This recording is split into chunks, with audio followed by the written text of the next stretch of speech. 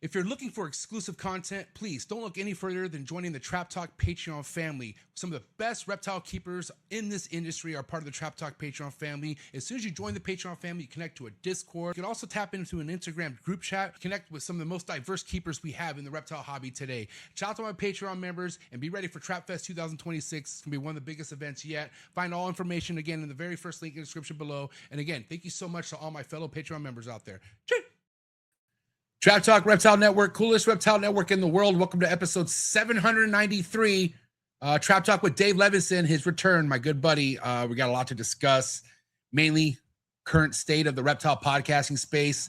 A lot of people dropping out, not going to lie, but also, not going to lie, saw it coming. Oh, did I see it coming? But what's good? I'm your boy MJ. If this is your first time listening, do me a favor. If you're enjoying these episodes, if you're getting something from it, hit that subscribe button, hit that notification bell. Select all. You'll be notified of every new podcast release out of this network 7 days a week, Monday through Sunday. You got a brand new episode covering majority, if not all, reptile species. Okay, we're the only reptile network who gives you new episodes every day of the week. So thank you to anyone who supports this network and watches and listens to all the platforms. I just want to remind you, if you're not a YouTube person, if you want to skip ads, then go watch the audio version on all major audio platforms, Apple Podcasts, Spotify, Google Play, all the major ones. So wherever you listen to any of these episodes, thank you so much. But I'm excited to have Dave back. It's been a long time since I've had a one-on-one with Dave. A lot has happened in his world. A lot has happened in my world. I guess you could say our world. So we're going to get to it in just a second. I just want to say shout out to tonight's sponsor, the Southeast Reptile Expo, happening August 1st and 2nd. Bob Vu's show going on its, I believe, third year, or maybe second going on third. I'm not too sure, but I will be there. That's right, man. If you want to know my schedule as far as what shows I'm going to be pulling up to this year, you're looking at one of them, 1,000%. I will be at the Southeast Reptile Expo with all my good homies, Gary Scavino, Bill Stiegel, Marshall Mendez, Ryan Young, Emilio Villarino, just to name a few. We're going to be rolling deep, man. So set your reminder and set your calendar for August 1st and 2nd. If you're going to be in the Georgia area, I would not miss this show. One of the best shows currently happening in the reptile hobby. Don't miss it. Bob Vu really does a great job throwing this show. It's only gotten better and better. So I'm looking forward to seeing a lot of people, seeing some of the best vendors we have in the hobby, all at Southeast Reptile Expo. So shout out to Southeast Reptile Expo. Thank you for your support. And I'm looking forward to pulling up August 1st and 2nd. Also, this episode is brought to you by the Reptile Super Show happening this weekend, July 11th and 12th. It's going down at the Pomona Fairgrounds. Definitely the biggest reptile show in the world. Okay. This is no joke when it comes to attendance. So many people flood through this show, and it's not even a joke, man. And also another show where some amazing vendors are selling animals and showing all their hard work. And I'm looking forward to catching up with a lot of locals. Shout out to all my SoCal breeders out there, people who are traveling from all over the country to come to this show. I know Emilio's coming all the way from, actually, no, I take that back. He comes in January. Scratch that. But anyways, I will be there also at the Reptile Super Show happening July 11th and 12th. Thank you to Rami, and thank you to the entire Reptile Super Show team for doing such a great job and throwing such an amazing show. The coolest reptile show in the world, the Reptile Super Show. Thank you so much, Reptile Super Show. Also, episode is brought to you by Zoomed, #1 reptile brand in the hobby, just shy of 50 years now in the game and supplying amazing products for all reptile needs. You can find all the latest products that Zoomed offers in the description below, my favorite being the Slither Sense. And definitely go to their website, man. Go do some shopping, zoomed.com. You can also stay updated on all their social media platforms. They're on YouTube, they're on Instagram, on Facebook. So make sure you go follow them there as well.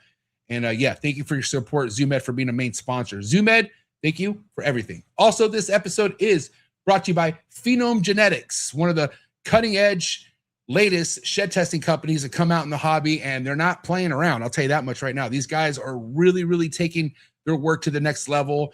They're very patient. They're not in a rush. And their work really shows and proves all that. So my biggest excitement so far, of course, I'm going to be biased, the Green Tree Python sex shed testing. I have just shy of 30 sheds I'm going to be turning into Phenome. I think I'm waiting on a couple more chondros to shed out. And I can't wait to see what all my holdbacks are sex-wise. Man, this is awesome. Yeah, that's right, guys. You only need one shed from the animal to determine the sex. Doesn't even matter the age. If you got a shed, you can find out the sex. No more waiting. All because of Phenome Genetics. So they got other exciting things happening as far as skinks, and other species of reptiles. So definitely go follow them on Instagram, follow them on YouTube. Be ready for more collaborations as far as podcasting goes on this network with Phenome. Lots of stuff to come. So thank you so much, Phenome Genetics. Also, this episode is brought to you by Workshop Reptilium, one of the best bioactive enclosure collections I've ever visited out in Minnesota. Josh Hansen, who also is a part of Phenome Genetics, the owner of Phenome Genetics, has one of the nicest collections in the world, man. And I talk about next level enclosures, fully planted. I'm telling you, it's very eye-opening and very jaw-dropping as far as the quality of enclosures that these guys are working with. Go to workshopreptilium.com and also check them out on Instagram. See exactly what I mean when it comes to next level enclosures. And if you really want to get a insight of what their collection looks like, I highly recommend going over to MORPH Market and check out the vlog I did when I was there visiting. So just type in MORPH Market Workshop Reptilium and you can watch that vlog right after this podcast. So thank you so much, Josh Hansen and Jeffrey over at Workshop Reptilium. Also, this episode is brought to you by Focus Cube Habitat's #1 PVC enclosures in the game. Everything you see behind me are 3x2x2 design enclosures by Focus Cube Habitats. If you go to www.focuscubehabitats.com, you can select from 30 plus different design enclosures that they have done all by themselves. And nobody does it like Focus Cube, man. My room is basically all Focus Cube Habitats out. Got another order I'm waiting on to add even more Focus Cube Habitats. And man, thank you so much, Steve and Ashley, for your support. Really means a lot. Appreciate all your guys' hard work. Dude. They're the ultimate duo. It's just them two doing the damn thing. So go show them some support. Go to their Instagram, go to their YouTube. And again, that website is www.focuscubehabitats.com. All right, guys. Last but not least, how can I forget the one and only MORPH Market and MORPH Market shipping? If you want to know the best way to ship your reptiles, you're looking at it right here. MORPH Market has the best rates. They have the best customer service. They are the most passionate company in the hobby that looks after all of us. Saved this hobby over $3 million so far in shipping labels. Probably a lot more now because I got that figure at the beginning of the year and we are well into 2026. So I bet it's closer to 4 million. So thank you so much, MORPH Market and the entire MORPH Market team. I'm excited to continue my business with MORPH Market and shipping all my animals through MORPH Market shipping. You can also buy supplies directly off their website and also save money that way as well. So again, thank you to MORPH Market for everything that you do. You guys are the main reason why this hobby's thriving the way it is right now. And I'm a true believer in that. So thank you so much, MORPH Market and MORPH Market shipping. All right, guys. If you guys been watching my podcast for a while, I'm going on 7 years now.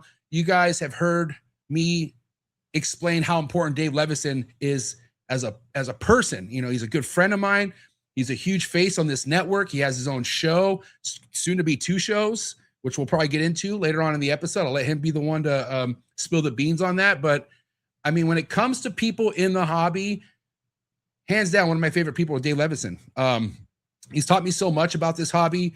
You know, just the way he moves, the way he networks, the way he just behaves. I mean, well, the way he behaves is a little next level. But honestly, dude, Dave's an awesome guy, man. And there's so much to discuss because so much has happened in 2026. All for the better, 110%. So you guys are in for a treat, man. Hit that like button right now. Smash that like button because it's about to go down with my boy, Dave Levinson. So do what you got to do to get your mind right and do what you got to do to stay hydrated and just say no to quitting. Trap Talk Reptile Network does not support quitters. And that's a fact. All about the passion, all about the love, and it's all about the reptiles. Dave Levinson, episode 793 coming at you guys. Let's go. Cheers.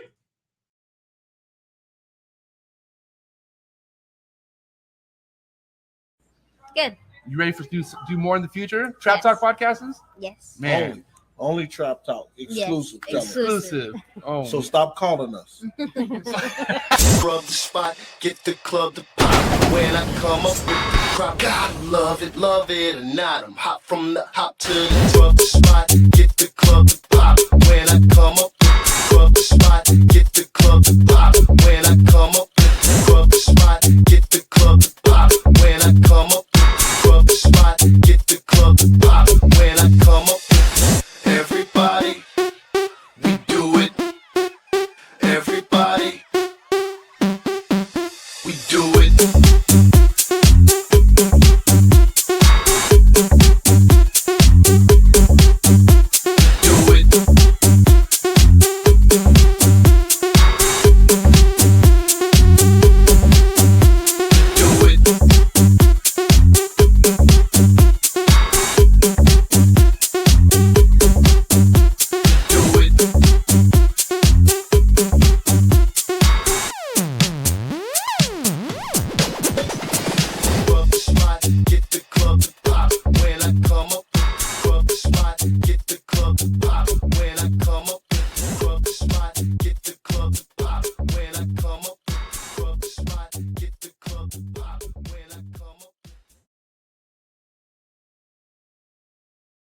All right, we're live. Episode 793. The return of the one and only Dave Levinson. It's been a while, buddy. Good to have you back.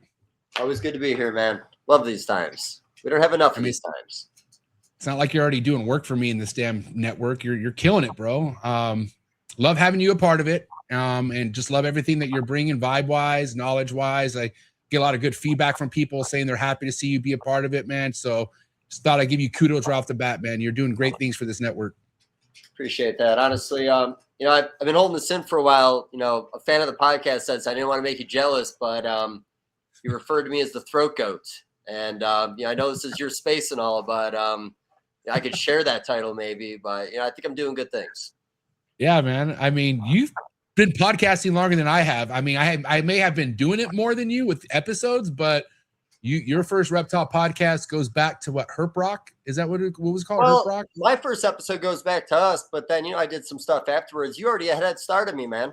Oh, Yeah, so literally, that was your very first Reptile podcast ever? Yeah, first one ever was with you and Forrest. Wow. Okay, because that makes sense. So around the same time, I started stumbling across podcasts that you were on by the bowling alley, and I thought that was before Unfiltered, but that was after. That was after. So because of the Unfiltered episode, Benjamin and Ryan saw me from R&B and hit me up immediately and asked if I wanted to maybe do a podcast with them. And that was Herp House Rock. Smart on them, man. Yeah. Like I said, you were definitely the very first podcast where it was like a huge deal for me to have you on. Because I remember Forrest told us how important it was to have you on, and you didn't jump on it right away. You kind of were taking your time with it. And then it came down to the very last podcast Forrest was alive for. And it's crazy how that works, dude. It was because I don't think it would have been the same if we would have done it after Forrest passed away. No, it had to be that way, as in, you know, me and Forrest, you know, always had such great conversations, and you always talk about that podcast afterwards. Man, we were mean to each other in some of those debates. Like, me and him always like to tear in, and that was like every conversation. Then immediately afterwards, like a reset. But I've never gone back to listen to it. I'm sure someday I will. But yeah, no, I just, you know, I remember afterwards, I actually even typed him up a little like, "I love you, sorry" thing. I didn't send it because I'm a bitch, and you know, but I thought it probably sounded like we went hard on each other, but that was just the way it was, man. Like, I loved his ideas, but I love debating his ideas.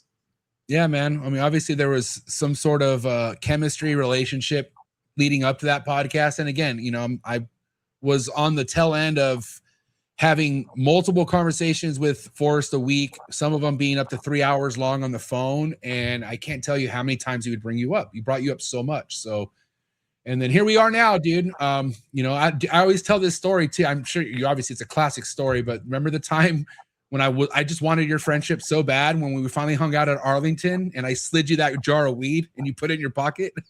Yeah.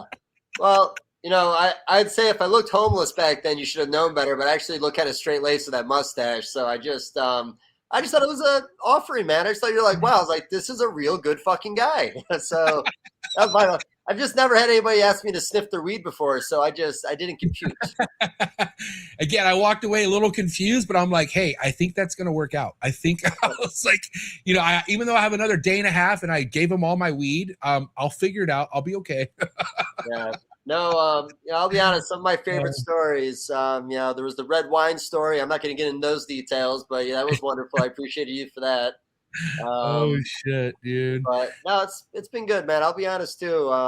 You know, I love those Tinleys in the belt or in the lobby those first couple times, man. Like that vibe, like love them every time. But those are always a good time. Yeah, October's already creeping up. We'll have that lobby show coming here pretty soon already in the next few months. No, always like that feeling, man. But what do you want to talk about today? I want to talk about you, buddy. You're having a big year. I mean, obviously we're pretty close, so you're letting me know what's happening with your breeding stuff. You've always been busy, like even prior to you venturing off and moving and doing your own thing. But now you're busy solely for yourself, and I love to hear it, dude. But can we talk about what's cooking for you? What's already landed? You know, I don't know if this is your biggest breeding season yet. You said you've been here before, so I'm curious how big of a season is 2026 for you? Well, it's really big when it comes to diversity with the different species we're working with. you know, there's a lot of things that I've been acquiring over the last like 5 years. Just simple things, you know, nothing, not the craziest stuff, but you know, every year for the past couple of years, we've had the chance to go after a couple new species, slowly get them up to where we need them. And I'm going to do the math, but I think we're going to hit probably 10 species this year. Wow. You know, we're going to hit heavy quantity in corn snakes. You know, we're going to hit big numbers. Well, I think with ball pythons, we're going to sit around 800, but it could be a little over that. I'm going to do the math soon. I stopped counting eggs at like 615 because I went on vacation and missed a bunch of clutches. But no, across the board, man, got Pueblans this year. We got a ton of Sambo is gravid right now. I missed on the blackheads, man. I wanted the Xanthic blackheads this year. But I mean, talked how about, many pairs did you have with the blackheads? so I only owned one pair of blackheads, and it's Xanthic blackheads. And I Okay. didn't pair them.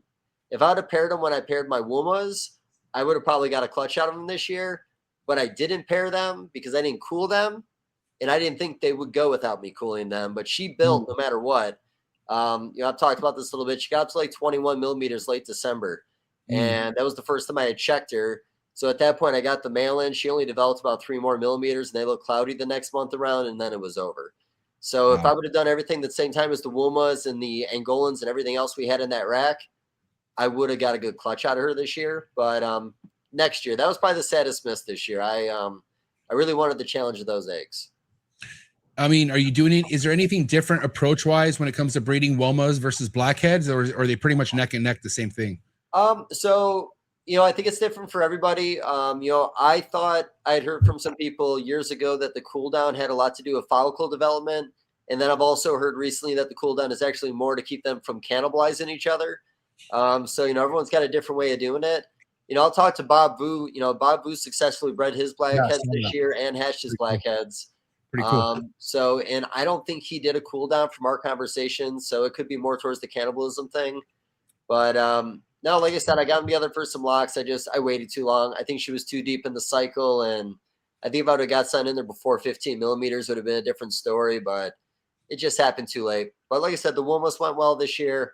Yeah. Same thing. Killed a couple clutches in the beginning. You know, definitely a lot of casualties. But after the first and second clutch, it was smooth sailing. I think it was another 4 or 5 clutches after that. Everything, we had a high percentage hatch. Angolan pythons are going to be hatching in about a day or two. That's cool. Yeah, like I said, it's been good. You know, you talk about like just the way to make it work. You know, pretty much me and Bree are in the building all the time working on something. And at this point, there's a lot of shit being paired that I'm not even doing the pairing for. You know, we'll sit down and talk about like breeding together, like what wants to go with what. But at this point, you know, we're just kind of dividing the building up in different species. And I'm doing my stuff and she has hers. And in the end, we're just getting a lot more babies that way. Awesome. You know, I honor a lot of people that can do a lot of species, especially when they're doing it by themselves. You know, everything is just so differently timed out, man. You really got to you got to figure it out the way to make it happen properly. And like, even this year, like, you know, we woke up our corn snakes a month later this year, or at least all our colubrids, where last year we'd wake up our colubrids at the same time as our blue tongue skinks.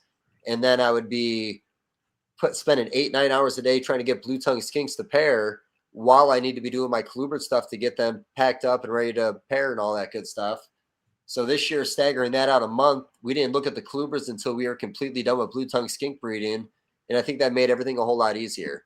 So again, just leaving our colubrids down for an extra month, it made everything a little more organized this year. And that it messed up any kind of breeding because you went a month into a month longer than normal? Not at all, to be honest with you, man. Like, you know, I went out of town again for, you know, I saw you for Trap Fest. I had Arizona over the weekend before that, and I had something else where I was across the country. I think we had like 271 corn snake eggs on the ground, like overnight, and a lot of clutches were like 15 to 19 eggs. So again, we had way better egg production this year. There was nothing different, actually more success this year. You know, I've talked to people that have gone and they've had extremes where, let's say there's a lot going on in your life. They'll put their stuff into brumation and they won't take it out after 2 or 3 months. They'll leave it in 6 months to a year and everything comes out okay. You know, you're really shutting them down. You're keeping water with them. So you can stagnate out your seasons however you see fit. You know, like the bigger companies down in Florida, like Gourmet, I think had 3 or 4 different rooms for brumating, and they would cycle different racks in at different times of the year. So there'd just be a constant flow of colubrids coming out. Wow. So certain species you can, work away or work them into your collection and have a little bit of freedom still if you just, know what you're doing. Yeah, and I'm sure that took time to figure out. I think one of the hardest lessons I learned about building a multi-species reptile collection was the attention of detail once it comes down to breeding. And when you don't have that experience, it's so hard to manage. Like you're just kind of just fucking throwing shit against the wall to see what sticks. And I'm sure, like, obviously trial and error is a part of what is why so much now, but you got to kind of give it to the years of experience that you've had dabbling with this shit. Like it's not an overnight success type of thing.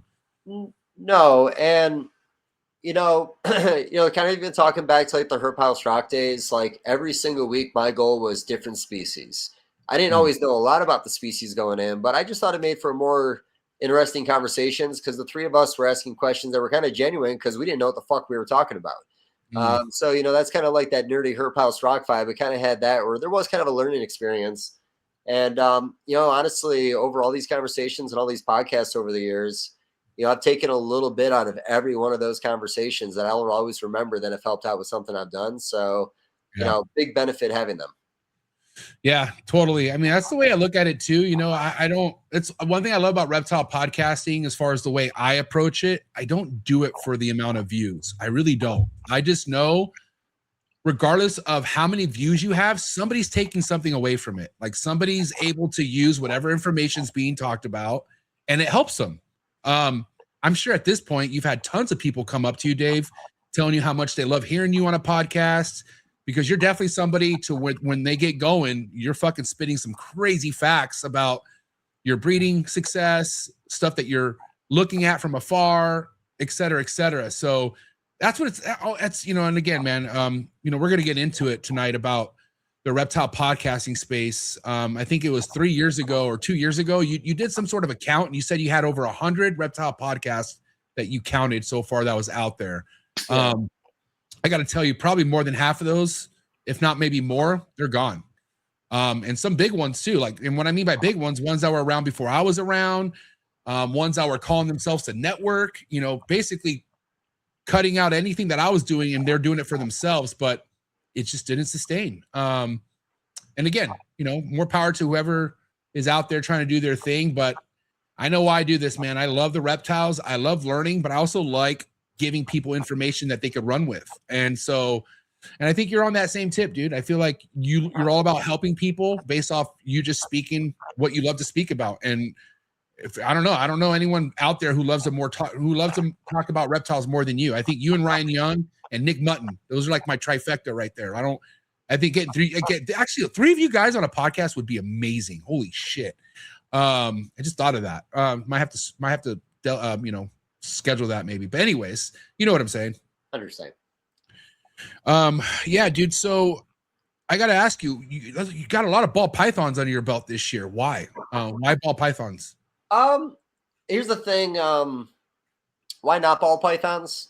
Yeah, sure. It's not like it's a species that's going to completely ever fall off in the hobby, and it still does make great pets. And I do think there's a lot of very affordable animals right now for the pet market. Right. And, we do, I actually probably do more stuff for pets than anything else. I wish I actually did more pairings for pet looking animals this year. I'm doing dumb shit that everybody stopped doing like 8 years ago. And people especially doing a lot of shows, have never actually seen any of this stuff. So there is a real draw to it where even some of the stuff seems kind of silly.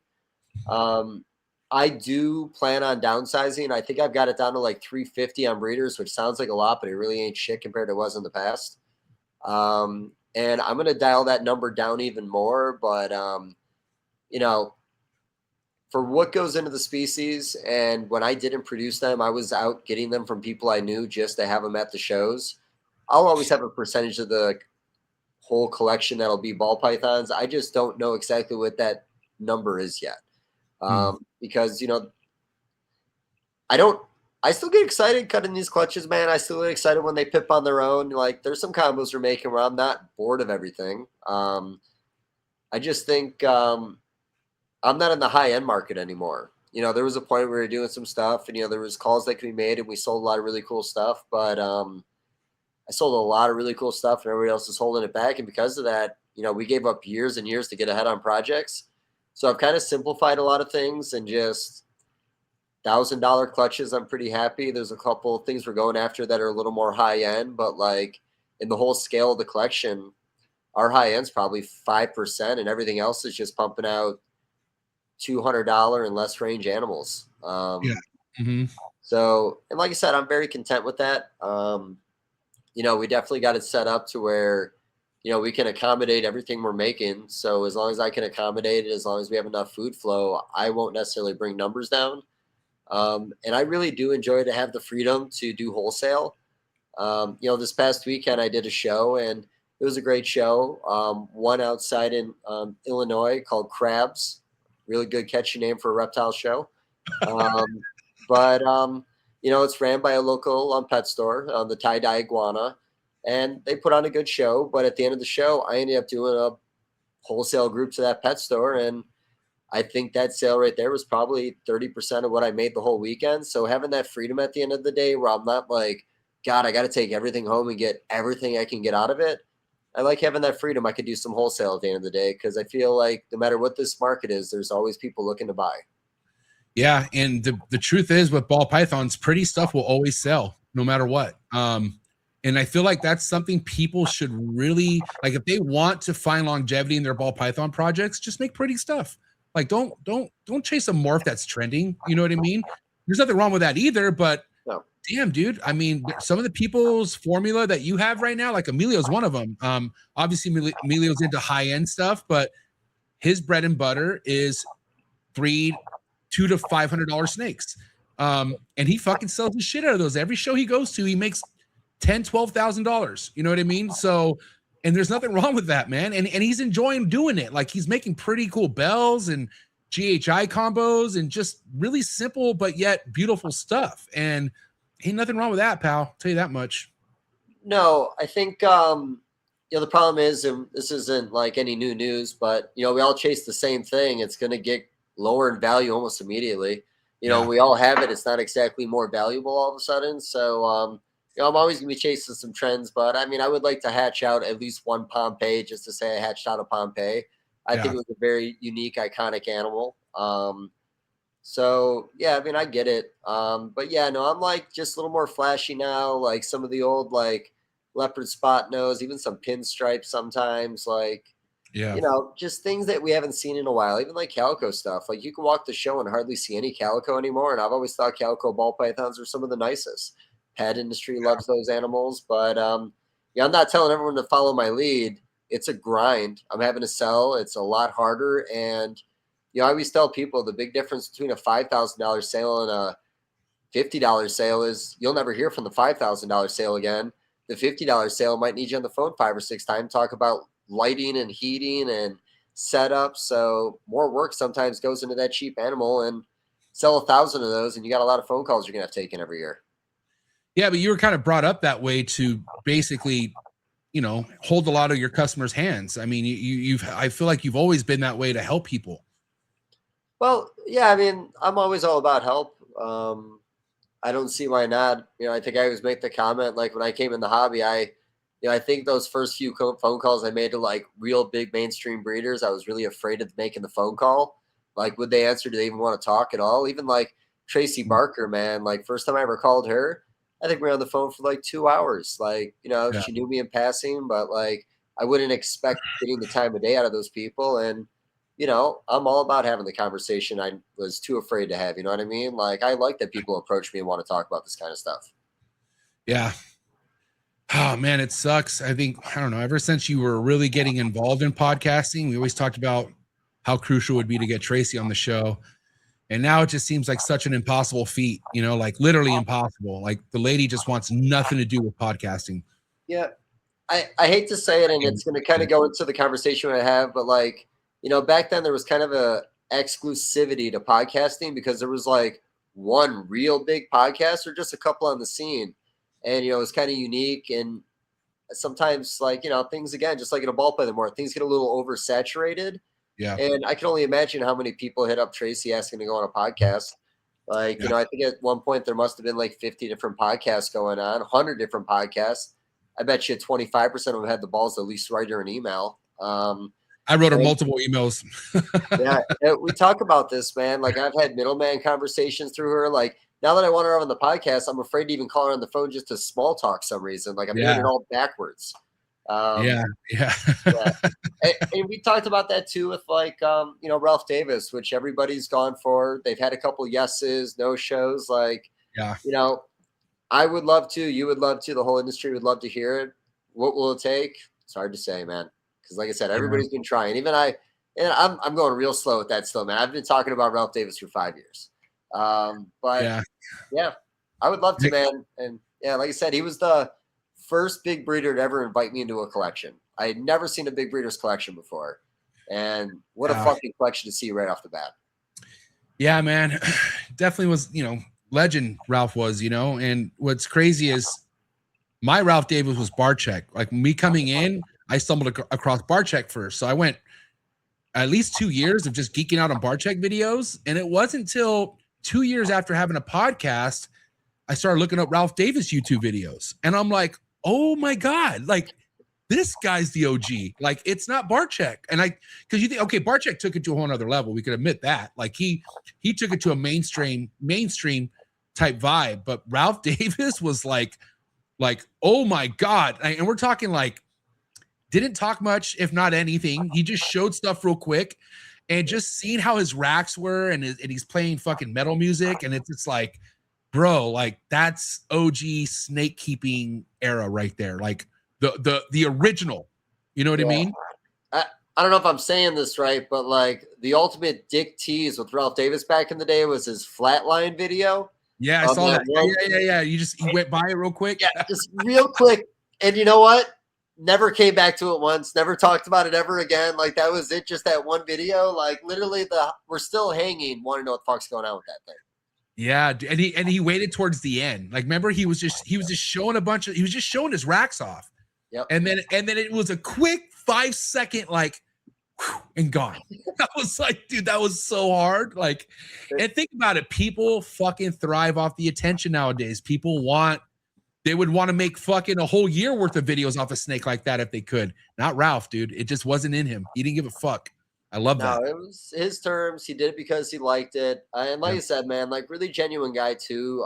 In the first part of his reptile room, he had a turtle pond, and if he was out fishing, there's some little turtles. You'd bring them home, give them a chance to survive a little longer, put a little size on them, and let them go again. So like, the guy was a true hobbyist. He really loved the game, man. And he was doing some real cutting edge shit. And, so in like, I want to say it was 2011, I started a clothing company called MORPH Graphics that no one ever bought a t-shirt from. And one of the ideas I had was called Paint Job because of Brian, because I used to love him calling everything paint jobs. And every year I was going to take what the best mutation I thought produced was and put it on a t-shirt with a cool design and call it Paint Jobs. So I did the first one, and I wanted it to be the flat line. So I hit up Ralph, and he agreed, but he wouldn't send me a full picture of the animal, only little sections of it. And I was like, I can't use this, man. So like, I think I did, it was a Kevin McCurley shirt, or a Kevin McCurley thing called like, I think it was Angel Dust, where it was like this white-sided ball python with like this gray smoke on its back. And it was like one of those one-of-a-kinders, probably some kind of paradox we'll never make again.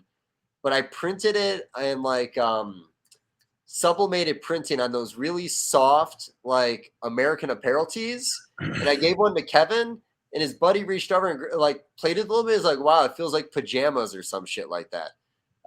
So, that was some of those peaks. But I think I did like one more shirt I was going to do, and then I gave up on the game, man. When you're not popular enough in the industry, no one's going to give a fuck about your shirts.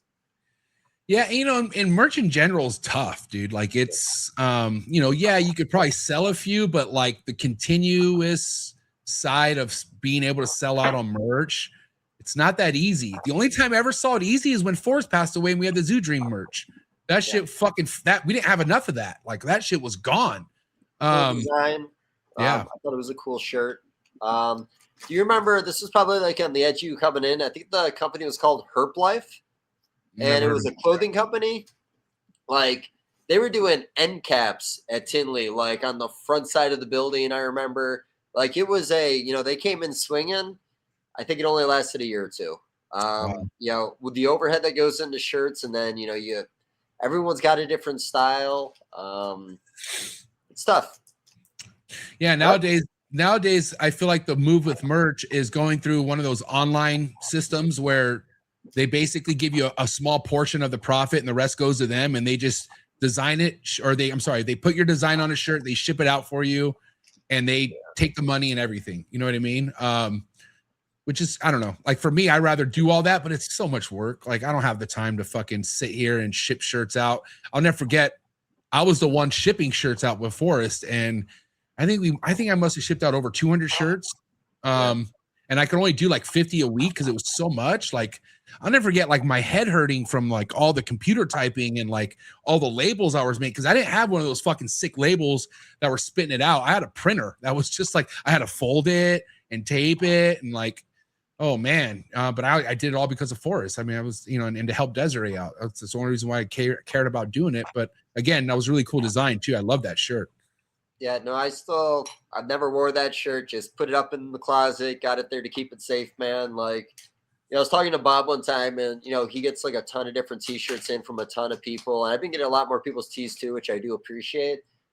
He's talking about framing every one of them and just putting them up. And there's a lot of t-shirts. I've been thinking the same thing. I got a couple cool classics in there, but there's a lot of really neat tees I had over the years I lost. I have given you every Trap Talk shirt to ever come out, and you've never worn one because you say either you don't like the color black or you think pocket tees are gay. Well, pocket tees are not gay. They were just probably gay that one time. You're like, that gay pocket tee? And I'm like, dude, what? Yeah. I thought that was amazing. And you called it gay.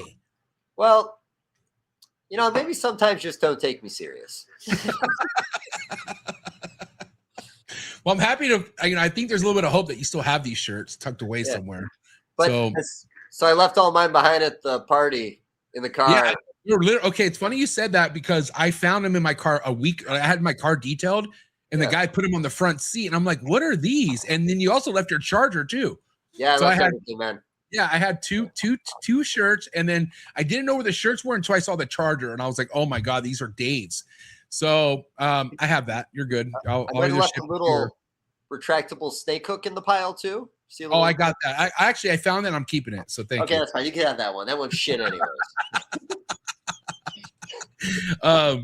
Yeah, dude. So I got to ask, obviously there was for a long time, people were talking about COVID breeders and people coming out, people coming in and coming out. And, I would say probably the last 2 years, I personally seen the most people leaving the hobby, which we kind of expected, is how big things grew for a second.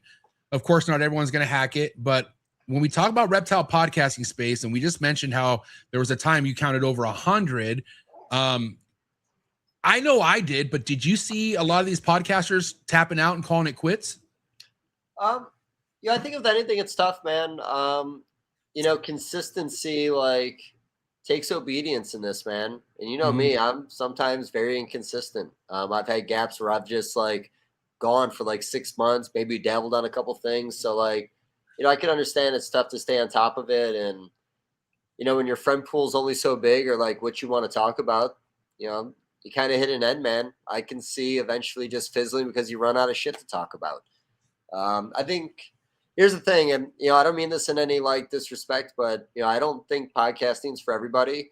I think it's worth everyone giving it a shot and seeing if it's for them. But like, there's a little bit of work that goes into this. The people that are popular for a good reason. Yeah, and again, you see signs, and I was, a lot of the things I saw from the people who were no longer podcasting, but whatever, I noticed that there was a lot of shade being thrown towards breeders, towards people who were successful in the hobby. And they were almost had an agenda to make people that were doing good in this hobby look bad for some reason. And anytime I was seeing that, I'm like, well, what's the agenda behind this? And then also on top of them complaining, saying there's nothing else to talk about anymore. Who's there else to bring on? I've had everybody on the show. There's no more stuff to talk about. To me, in my eyes, when I saw that, I'm like, oh, this guy's checking out immediately. He's done. You know what I mean? No, it's tough, man. And, you know, especially like if you're 1 foot out of the hobby or you're just not completely all in, could you imagine having to like force yourself to talk about something for 2 hours every week you don't even love anymore? I never got that, bro. Like if I didn't have what's behind me or what's in this room, there's no way in hell I would have trap talk. Like there's just no way, because I do this because I'm so vested into the animals. I love this. Like Dave, you know, I really love this hobby. So for me, and again, we can see how I feel 5 years, 10 years down the road, but I don't ever see an end to this because there's so much stuff exciting happening in this hobby every fucking day. You know what I mean? There's always, especially nowadays with shed testing, which we'll get into later, you know, technology side of things, new morphs, new species. Like, bro, I feel like we haven't seen shit yet. No, last 5 years have been great for every species, in my opinion. You know, like you said, the hobby's not slowing down. Some of the best stuff that has ever been done is all happening now, and it's only going to get better. Yeah. I say it all the time. People are getting so much smarter about what they're doing, putting a lot more time and thought into what they're doing. Yeah. You know, every community is refining itself like every single year and finding something new to be excited about, even without new morph introductions. Like, you know, we talk about like COVID, like some of the sways. And, you know, I understand like certain communities had some like sways that might have been a negative in the end, but like, you know, look at certain communities, you know, we'll talk about Womas again, man. Womas were $150, $175 pre-COVID. And after COVID, they went up to like $650 and they've settled in around $4 now. Like that's a species that stayed double in value through all that. Yes, they did come down a hair from what their peak was, but like everything was a little overinflated during COVID. Like you couldn't buy shit without paying a premium. Yeah. You know, I talk about it too. Like, you know, there's some bigger breeders in the hobby. Like they had to deal with the same stuff during COVID. Like if you're going after like one of those big boy double recesses that were made by somebody, like you were paying a premium during COVID. So, you know, everybody paid to play and we just had to pay a little more. Like you said, it was a great time of the year to be selling. You know, if you had a lot to sell, you know, if you're already established, good place to be. But no, man, I think I just went on such a rant. I don't even know what the fuck we're talking anymore. What was the topic? I mean, we were talking about Womas, you know, having their peak and then kind of finding their way in the middle. But the thing, even with that, and this, I think this relates to any species in the hobby. Sure, something could have a set price, but if you make a blowout, beautiful, never seen before version of it, the price changes immediately. No. So, well, how about this? A green tree or a green tree python question. Sure. So that market has always been like steady as it goes. I want to say there's always been a market there. There's always been a high-end market there. I feel like the high-end market is a lot bigger now, but is there that many more people buying in now? Or is it just years and years of here we are and look what we have now? There's a lot of people buying in now because understand there's a lot of people who were riding the ball python dream, didn't really work out. And they see people successful with chondros. I mean, they see people like Bill Stiegel. They see myself. They see a few other people posting their productions and making good money. So now the shift has gone from ball pythons to chondros. I sold over 40 ball python. I'm sorry, I sold over 40 chondros last year that I produced. Out of the 40, I want to say at least 30 of those were ball python people. Okay, I can see that. I think there's a craze in the chondro community because there's people, and it's not just ball pythons. I got gecko people I've been selling to, people from different areas of the hobby jumping into chondros right now for whatever reason. I mean, it's just it's right now, chondros are just fucking smoking right now. They're really, really hot. Do you think it's possible to be what do you think your limitations are with working on it? Like, what do you think a balance to a collection is if you still want to be a ball python guy and a chondro guy? Because you're doing both over there. But are you doing it all yourself? Or do you got a little help with that every once in a while? Well, dude, I'm glad you brought that up because, you know, Cher, you know, the homegirl Cher, she does all my rodents and she does all my ball pythons for me now. And I'm not gonna lie, dude, ever since having my blowout year with chondros last year, I have not been giving two shits about my ball python projects, and I have good stuff. I just been going through the motions and cleaning them when I need to clean them, but I haven't been looking at what's a pair. I just haven't been paying attention. But when Cher got here, she was like, dude, like she was obviously we're talking more about it because she's working them, and she just really ignite my excitement on working ball pythons again. And so, because there was even a time last year where I was debating letting all my ball pythons go, only because of the space. Like I don't have unlimited space here, and I have a lot of holdbacks from last year. So I'm thinking like 2-3 years down the line, when these holdbacks are big enough, what am I going to do? Because I would hate to get rid of all this. Like I don't want to have to let any adult chondros go. You know what I mean? But I might have to be practical. But also, I was trying to think, where can I create more space? And you've been in my room, so you know that whole garage side. That's all ball pythons. So I was considering, you know, letting that whole, you know, side of the room open for chondros. But I'm so glad I didn't, man, because Cher opened my eyes to a lot of things. Here's the thing about Cher, dude. She's just like you. She don't give a fuck about the trends. Like she's still working albino projects. Like she has, and she was telling me like, oh yeah, this thing's a lesser cinnamon albino. And I'm just like, ugh, God, like I don't like, I was letting her be excited, but I was like, ugh, like I don't want nothing to do with that. And then she showed me pictures of her babies. I'm like, oh wow, that's pretty fucking nice. And she's like, yeah, dude. She's like, I just work with what I like. And I'm like, I get it. Okay, I get it. Like, and Cher's like, she's a girl where she don't give a fuck what's popular. She likes what she likes. And so seeing her that way made me realize, dude, you know, you got a lot of nice stuff here. Like, work it if you want to. And so now I found my, you know, I'm not at where I'm at with ball pythons again. I feel like I'm starting back up because, I mean, I don't know, last year I had 13 clutches last year. But this year, I'll be lucky to have maybe 1 to 4 clutches, only because I just haven't really been focused. But now my focus is there. And mind you, we're in SoCal, so technically the breeding season starts about right now, technically. And it goes all the way through the end of the year. So I can step my shit up if I want to right now, but I also just don't want to. I don't want to do it without really thinking about my projects. So right now I'm putting a lot of the brain power into what I want to breed ball pythons wise. And also, guess what? I got to go outsource some shit. It's been so long since I've been looking at my projects. I'm noticing I need a male here. I need a male there.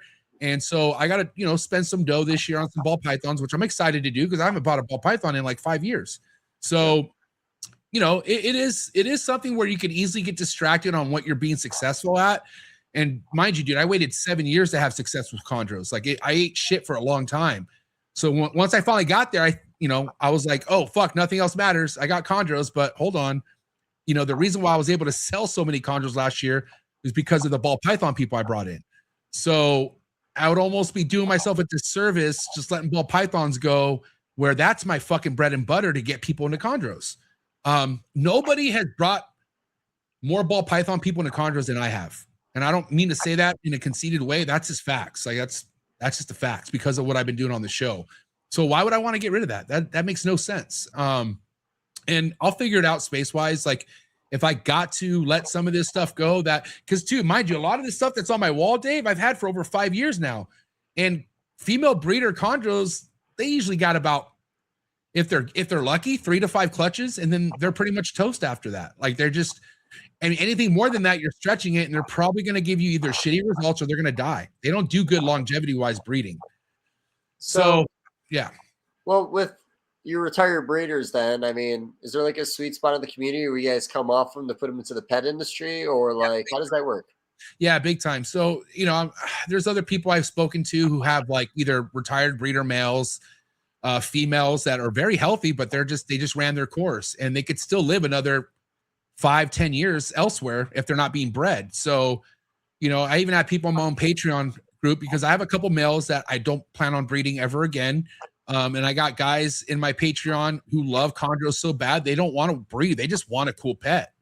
So, you know, it's another thing too. Like, you know, and people want to see if they're meant for a chondro. And what better way to see if you're meant for a chondro by keeping one and seeing how you do with it. So, you know, I'm very upfront.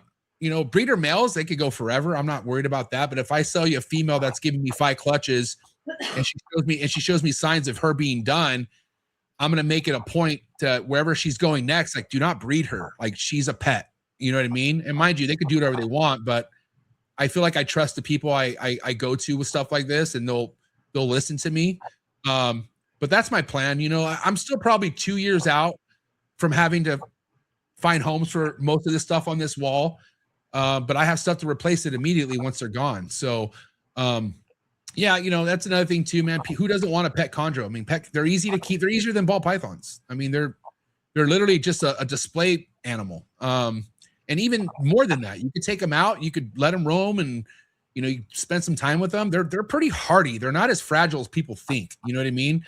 Other than the Nido topic, but you know, again, you know, if you're sending this to a keeper who has no chondros or no ball pythons or anything, then it's not going to be an issue. You know? Yeah. No, you know, a couple takes on all that.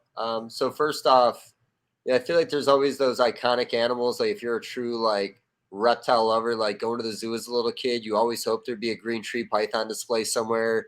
Just stare at that little thing draped on the branch. So like, you know, I do understand that when you're making money in the hobby, you're going to gravitate to things that, again, you know, if you're truly passionate about the hobby, and that's why green trees do what they do.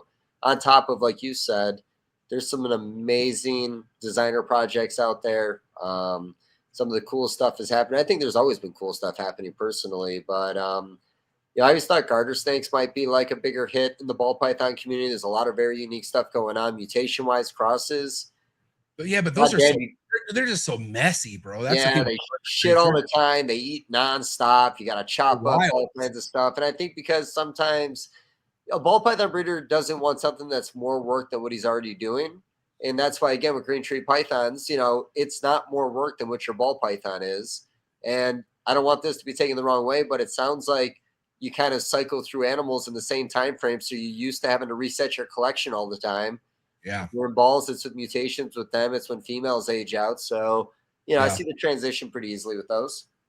Yeah. And again, I you know, future's bright with chondros. I think the future's bright for this whole hobby, to be honest. You know, I just feel like it depends on where your head's at with the I mean, your head should be where it needs to be at, and that's for the love of it. Like you should just, whatever you're keeping, let alone breeding, you should really love it for the you know, for the sake of you just loving it. And I think we're getting back there again. I feel like the whole people jumping into things. So the only thing where I'm like, oh, better be careful is how many people are getting into chondros and how many people have strategic plans to get to breeding. And I'm like, yo, your strategic plan is to keep this animal alive. Like, don't, you know, and again, as easy as it is to keep chondros, if you have other shit in your room, it's not so easy to get dialed in.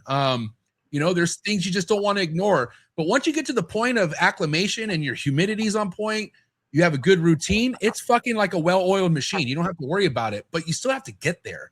And so, and there's some people who couldn't get there with ball pythons, bro. Like I'm seeing it. I've seen people who had issues hatching out ball pythons. And I don't know a easier species out there other than hatching out ball pythons. Like I don't. No, it's a very easy species. You know, it's either bad advice or laziness that would stop you from being successful with them. Even a little laziness, you could still get lucky. But a lot of room for and you know, I'm going to use that for a segue. But last thing before we roll out of it is, you know, that's the one thing I've definitely learned in the hobby over the years. That, you know, not that you learn the hard way, but like, you know, it takes an extra second to do something. Just don't find any excuse not to do it. Like, you know, things don't need to always get put off a day. Don't let that become a routine. When you have a lot of responsibility here, I feel like that is one little thing where sometimes you can find excuses. There's no excuse not to do something. And as soon as you get that dialed in, man, you could be successful with whatever you're working on, in my opinion. Yeah, I agree, man. And, you know, again, nothing against ball pythons, but ball pythons is the one species where you could find little shortcuts here and there on to avoid a full day's work. You know, like, oh, I'm not going to do it today, you know, because ball pythons can live easily a week or two with no water. But still, like, you get into that habit, it's always going to be a habit. You're always going to have that mindset of like, fuck it, I'll do it some other time. And that's when you're losing it. You know, I feel like you need to go outside and touch some grass and figure out why you keep something that's a living fucking animal. It shouldn't be pushed to the side. It really shouldn't, no matter what it is. And if you're pushing it to the side, don't keep it. No, 100%. And that stuff is the thing too. And that's why, like, you know, and sometimes when people check out, you know, they don't just try to sell their collection, or maybe it takes them 5 or 6 months to do it. You know, when it's time to go, don't wait for the animals to look like shit when it's time to put them back into the world. Like, you know, when it's time, it's time. and being responsible and get it out when it's time is the best. You know, like I said, there's more collections than not that I've seen in 20 years where it's a collection buyout. There's skinny animals, you know, there's sheds in the cages, sometimes a couple sheds. Like, Yeah, when that's people crazy. start checking out, they check out. Yeah. And that's why also too, like, you know, I was kind of keeping tabs and almost, I don't want to say celebrating, but I thought it was entertaining seeing how many people were leaving. But then I was also like, man, some people's situations, like it's better off. Like it's a lot better that they're leaving versus what they were doing, which was probably no good for not only their collection, but themselves. You know, they probably felt like shit. And this isn't a hobby to feel like shit, dude. This is a therapeutic hobby. This is a place for reptile lovers only because life could suck. Everyone has a day-to-day. Sometimes that's not that easy, but we have our reptiles. I can't tell you. I mean, that's why I'm obsessed with what I do for a living, Dave, because I get to be in this room all the time. And yeah, there's times I get burnt out. I'm not gonna lie, and I know how to reset that. You know, I feel like the gym helps a lot with that, and hanging out with my family. I have a system in play where I got to break away every now and again. That way, I don't have that burnt out feeling. But it's up to us as keepers to make sure we never feel burnt out. And it's a lot easier said than done. You know, doing this, especially on your own. And I want to say props again to Cher because, you know, it's not that I couldn't manage the rodents or the ball pythons, but, you know, I like to, whenever I'm doing something, Dave, I like to do it. Like I want to fully be fucking zoned in on it. And, you know, because she's helping me with rodents and ball pythons, dude, I'm doing so much better in different areas now. But then also like now I'm thinking more about ball pythons now because she's giving me that time. Like it's not a robotic, like, oh, I got to go do the ball pythons and clean them. No, dude, it's like, oh, cool. Cher just cleaned them. Let me go see what's maybe, you know, cooking follicle wise. Let me see what I could pair. Like now I'm so into it. And so, but again, dude, that's just how life is. Like you got to find a way to keep that passion lit and not overdo it because it's easy to overdo it. I'm sure you know that, Dave. It's really easy to bite off more than you can chew in this hobby. No, for sure. And, you know, too, I've worked with a lot of species and there's some I don't work with anymore. And it wasn't that it was a bad species, just, you know, eventually I kind of just lost its flair. Like, you know, I just didn't really care that much to have them around anymore, I guess. You know, I have a lot of things I really enjoy. If I go to work with something and I don't like it, I'll stop working with it after a couple seasons. You know, to be real with you, I'd rather be all in than half in.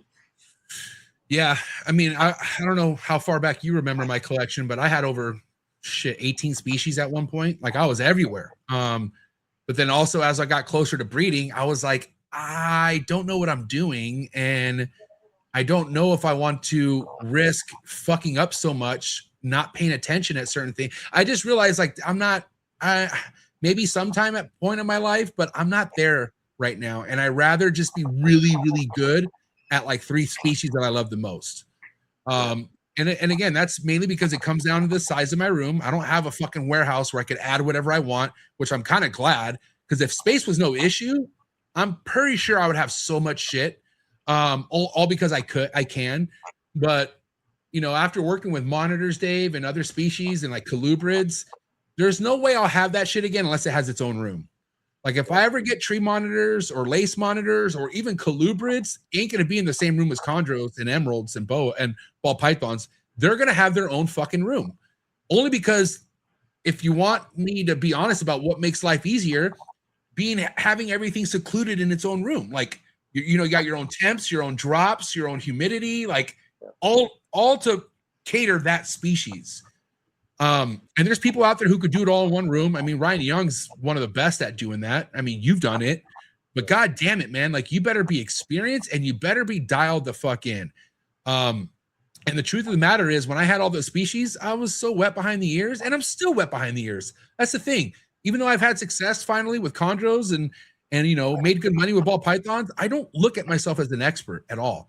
And I try to tell people that when they come to me, I'm like, yo, listen, I know you want my advice. Happy to talk to you, but I'm no expert. I still fuck up a lot. And I'm cool with that. Like I'm finally in one place in my life where I'm okay not being Mr. Know-it-all. I always wanted to be a know-it-all, but I feel like whenever you feel like you're a know-it-all in this hobby, you lost it, man. Like there's no way. No, for sure. And I always say too with these podcasts, man, like, once we say it, man, it's out there forever. Like, if you're gonna be hard on something, you better fucking be right, because it's easy to go back and bite you if you want. Oh yeah. But same as you, but like when I started buying reptiles, like I was literally saving money to go to the Cleveland show or the Columbus show or the White Plains show. And I bought 2 Berms, 2 Bloods, 2 carpet pythons, 10 or like 4 or 5 ball pythons. Then it was a lot more ball pythons. Then it was some boas. Then it was some Amazon tree boas, Brazilian rainbow boas. And I just bought a pair of everything. And then I was all like, I can't make this work. So like I ended up just getting them all gone and literally went down to 4 boa constrictors. And I was dialed in, man. Like it was easy to focus on, just got them up to breeding size, started getting litters. It was just cool going to the shows. And when you see, even today when I walk the shows, man, I'm tempted to buy some random ass shit. Like I'm just catches my eye and it's hard not to want it. So I was the same way when I came in. I'm just a little more responsible now where I'm not buying when I shouldn't be buying. If it's one species I miss the most other than scrub pythons or my boas. I miss my boas, man. Boas are always going to be there for you, man. They're always something new going on. And, you see what Low Key's been going on. You've been checking out his stuff, which Chaz, bro. Oh my God. Hey, dude, shout out to Chaz and shout out to you, Dave. The only reason why I even know who Chaz is because you brought him on a little over a year ago on your show. And then I was like, man, like I love it when I could feel someone's passions through their post. And the guy's having such a fucking fun time working with boas, not to mention what he's fucking breeding, like what he's producing, dude. Yeah. What the fuck? Freak of nature shit. Like beautiful stuff, dude. Like stuff I never thought boas could get to the point where they're at right now. I just thought it was kind of a cut and dry type species to work with, but fuck that. They are next level, dude. And I really got drawn to Chaz, bro. I like that guy a lot. I want to go hang out with him someday. I want to meet him. I told you I want to bring him back on the show with you. We got to do a show together with him. 100%. People like Chaz are the people I admire the most in this hobby. Like the ones who just love doing this, bro. Like those are the kind of people like yourself I would always give my respect to, no matter what. No matter if I agree with them or not, I'll always give them that respect that they are doing what they love. And it bleeds to other people. No, every community needs that. And we know what Justin Quebeca did for the ball python community with his content. His animals he was producing, still is producing. That's Chaz in that community, man. With the amount of posts he's willing to do, the fact that all these animals are absolute bangers every single time. And it's he's going that far away, that quad head idea. Let's see these long shots. And in boas, the one thing I like about the boa community is, we don't have a lot of genes. And, type 1 anery was always the way we got to our snows and everything we did for years, whether it's type or T positive or T negative. And now we got the black-eyed anery, the old Ralph Davis line. And that animal makes a better snow, a better everything. And the whole community is cool. They're all going that way now because it's like if our community said fuck ultra and just went monarch, deeper colors as babies. There's a good reason to completely reset and start over, even though we've done the combos before, but do them in a better version now. Yeah. And I feel like that's what boas are doing right now. It's just a better version of everything that's been done. The Europeans are doing a lot right now, some incredible pairings. But like I said, every community needs a Chaz or a Justin. When you have a representative like that who's willing to put in the work and just put up respectable posts, that community, everybody benefits. Every community needs it. Yeah. And again, I just, I was drawn to Chaz because you brought him on, but I just didn't know he was really working with that much crazy shit. To the point where he is like the Cabelco of the boa game, I feel like. Yep. I love his stuff. And, you've seen Del Bono's been on my show a lot. Yeah, right. Del Bono went his own way. Yeah, Rich, I will say Rich is killing it too, man. That guy has another dude who's on another level with this shit. But wait, okay, who's done it longer, Rich or Chaz, or are they about the same time, you think? Man, I want to say they might be around the same time because I want to say Chaz was around my time, early 2000s. Man, I want to say Rich was in before then or right around that time. Okay. 2002 was a year for, I think, even like, this is random, but Ozzy came into the hobby, I think, in 2002. Like, you know, early 2000s were really interesting in the hobby, man. Like, players started coming in. Yeah. Kabelka came in earlier 2000s too. I think 2003, you said. Yeah, which is crazy. Yeah, no, that was a fun time back then. Like I said, it was me watching on the outside, looking in. I heard some great stories. I think some of them might have been real stories. But yeah, man, you know, it's been cool just watching the hobby grow over the years. And, you know, you were talking shed test earlier, but, you know, what that's done for your community, whether it's testing for NIDO, now you guys have the shed test. Like, there's just a lot of things that you guys really benefit from. It gives them more professionalism and it helps out a lot. Yeah, totally. Yeah. What's your take on the technology of shed testing? You know, especially with skinks and stuff like that, because I know how much you're into skinks. But what's been going on behind the scenes with some of the skink shed testing? Like, what do you got? Well, it came at a great time. Like I said, this season was perfect timing because Heather is having a great year down in Florida. I know she's hit at least one double visual, which is the first time ever done in the United States. Wow. I believe she may have produced other ones. I don't know for sure. I can't remember. I thought it was maybe one, maybe two. But, you know, it's really what I said for years is it's hard to get someone to invest in an animal you don't know the sex of. Same thing in the green tree community. Like, you're just like rolling the ball, you know, see what happens. And it's nice to be able to plan things out a little bit. So now with shed testing, there can be planning if you want to go after mutations. And yeah, like I said, so she hit the double visual on the patternless and the Northern White or the Ivory project. And then she also hit an Ivory bubblegum the other day, which was like a T positive Irian Jaya type animal to a Northern or to the Ivory, which is the white line Northern pretty much. Really cool banding coming through on the back, like some pinks and red bars going across the back. Really attractive animal. So yeah, like I said, I think it's a great timing. I think it's good for the industry. You know, I've talked about little things I thought with, like, you know, talking to Phenom, I made the comment, like, I'm not going to test every shed I do because I'm selling to the pet market. I am sending their card with, I'm sending their sticker with every skink I sell. And giving people the chance to check the sex if they want to do it. But I don't think it changes my prices. So I'm only going to mess with it when I do morphs. But, you know, I also made the comment to him that got to make it an experience for these guys. Like, these are pet owners. You got to be cute about it. You got to send them a little blue card in the mail that says it's a boy or some shit like that. Like, you know, if they cater to the pet community and make it this neat little thing of finding out what sex it is, like, I think that's something that would really take off for them because it really is a guessing game.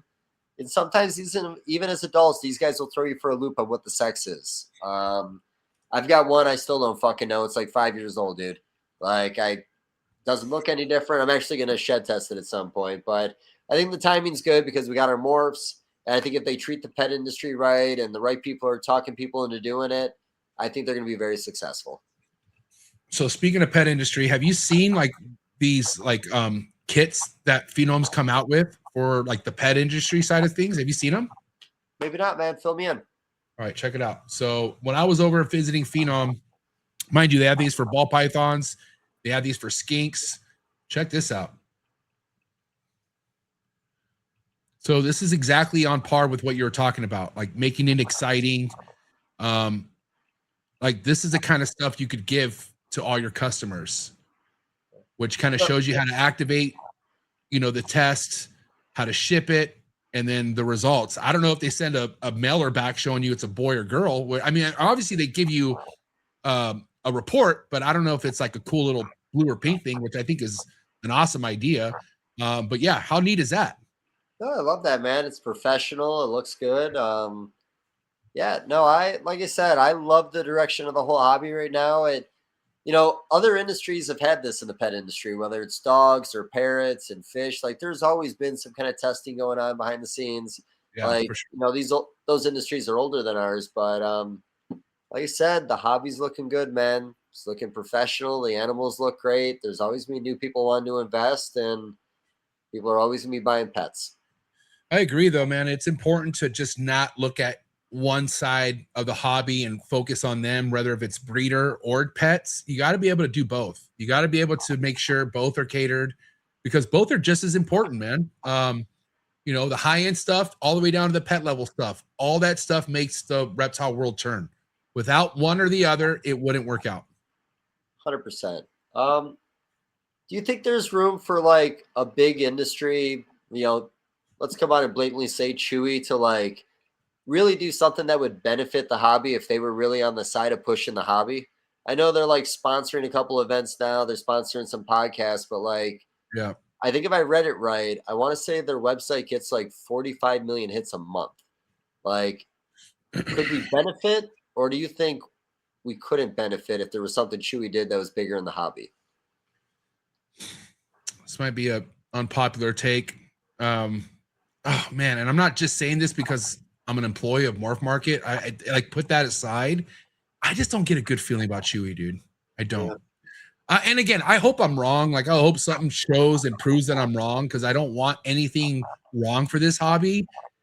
I just, you know, it's kind of like how many people don't fuck with a Petco or a PetSmart, you know what I mean, for many reasons. I feel like they're that big to where that's all that matters to them. Like, where can we get more meat on the bone, in what areas? I just don't see Chewy being here for the whole hobby. Like, I don't. I could be wrong, dude, but I just don't get a good vibe. I really don't. Do you think because do you remember like when PETA started investing into Facebook, and then all of a sudden Facebook started shutting down companies' business pages and pulling things down? Like, do you think it'd be kind of like that, where it'd be, they wouldn't actually try to promote the hobby? It's almost like slowly try to like bring the hobby down. I would not be surprised if somehow Chewy works with PETA at all. Like, at all. Like, at all. Like, I would, if somebody were like, oh shit, so Chewy sent an undercover agent to go report this to PETA, I wouldn't be like, oh my God, really? I would be like, fuck, I kind of saw that coming. And again, not trying to just fucking make shit up. That's just how I feel, dude. And I hope I'm wrong. I just do not get a good vibe from Chewy. I don't. So the reptile hobby is one of the biggest growing hobbies when it comes to the pet trade, and has been for like over a decade. Like, you know, we're gaining steam every year. We're not slowing down any. If they look at something as more of a business and just all the accessories that come with every single sale of a reptile, and more that way, like from a business standpoint, it would seem silly to turn its back on the hobby, because it could make so much money off the back of the hobby. Well, let's think about this though. Chewy as a company, it's about all the animals. It's not about reptiles. I guarantee they make more money with dog products, cat products, hamster products versus reptiles. I think they're trying to get reptiles up there, but I don't know. I just don't think reptiles is the number one important thing on their agenda, other than maybe taking it over.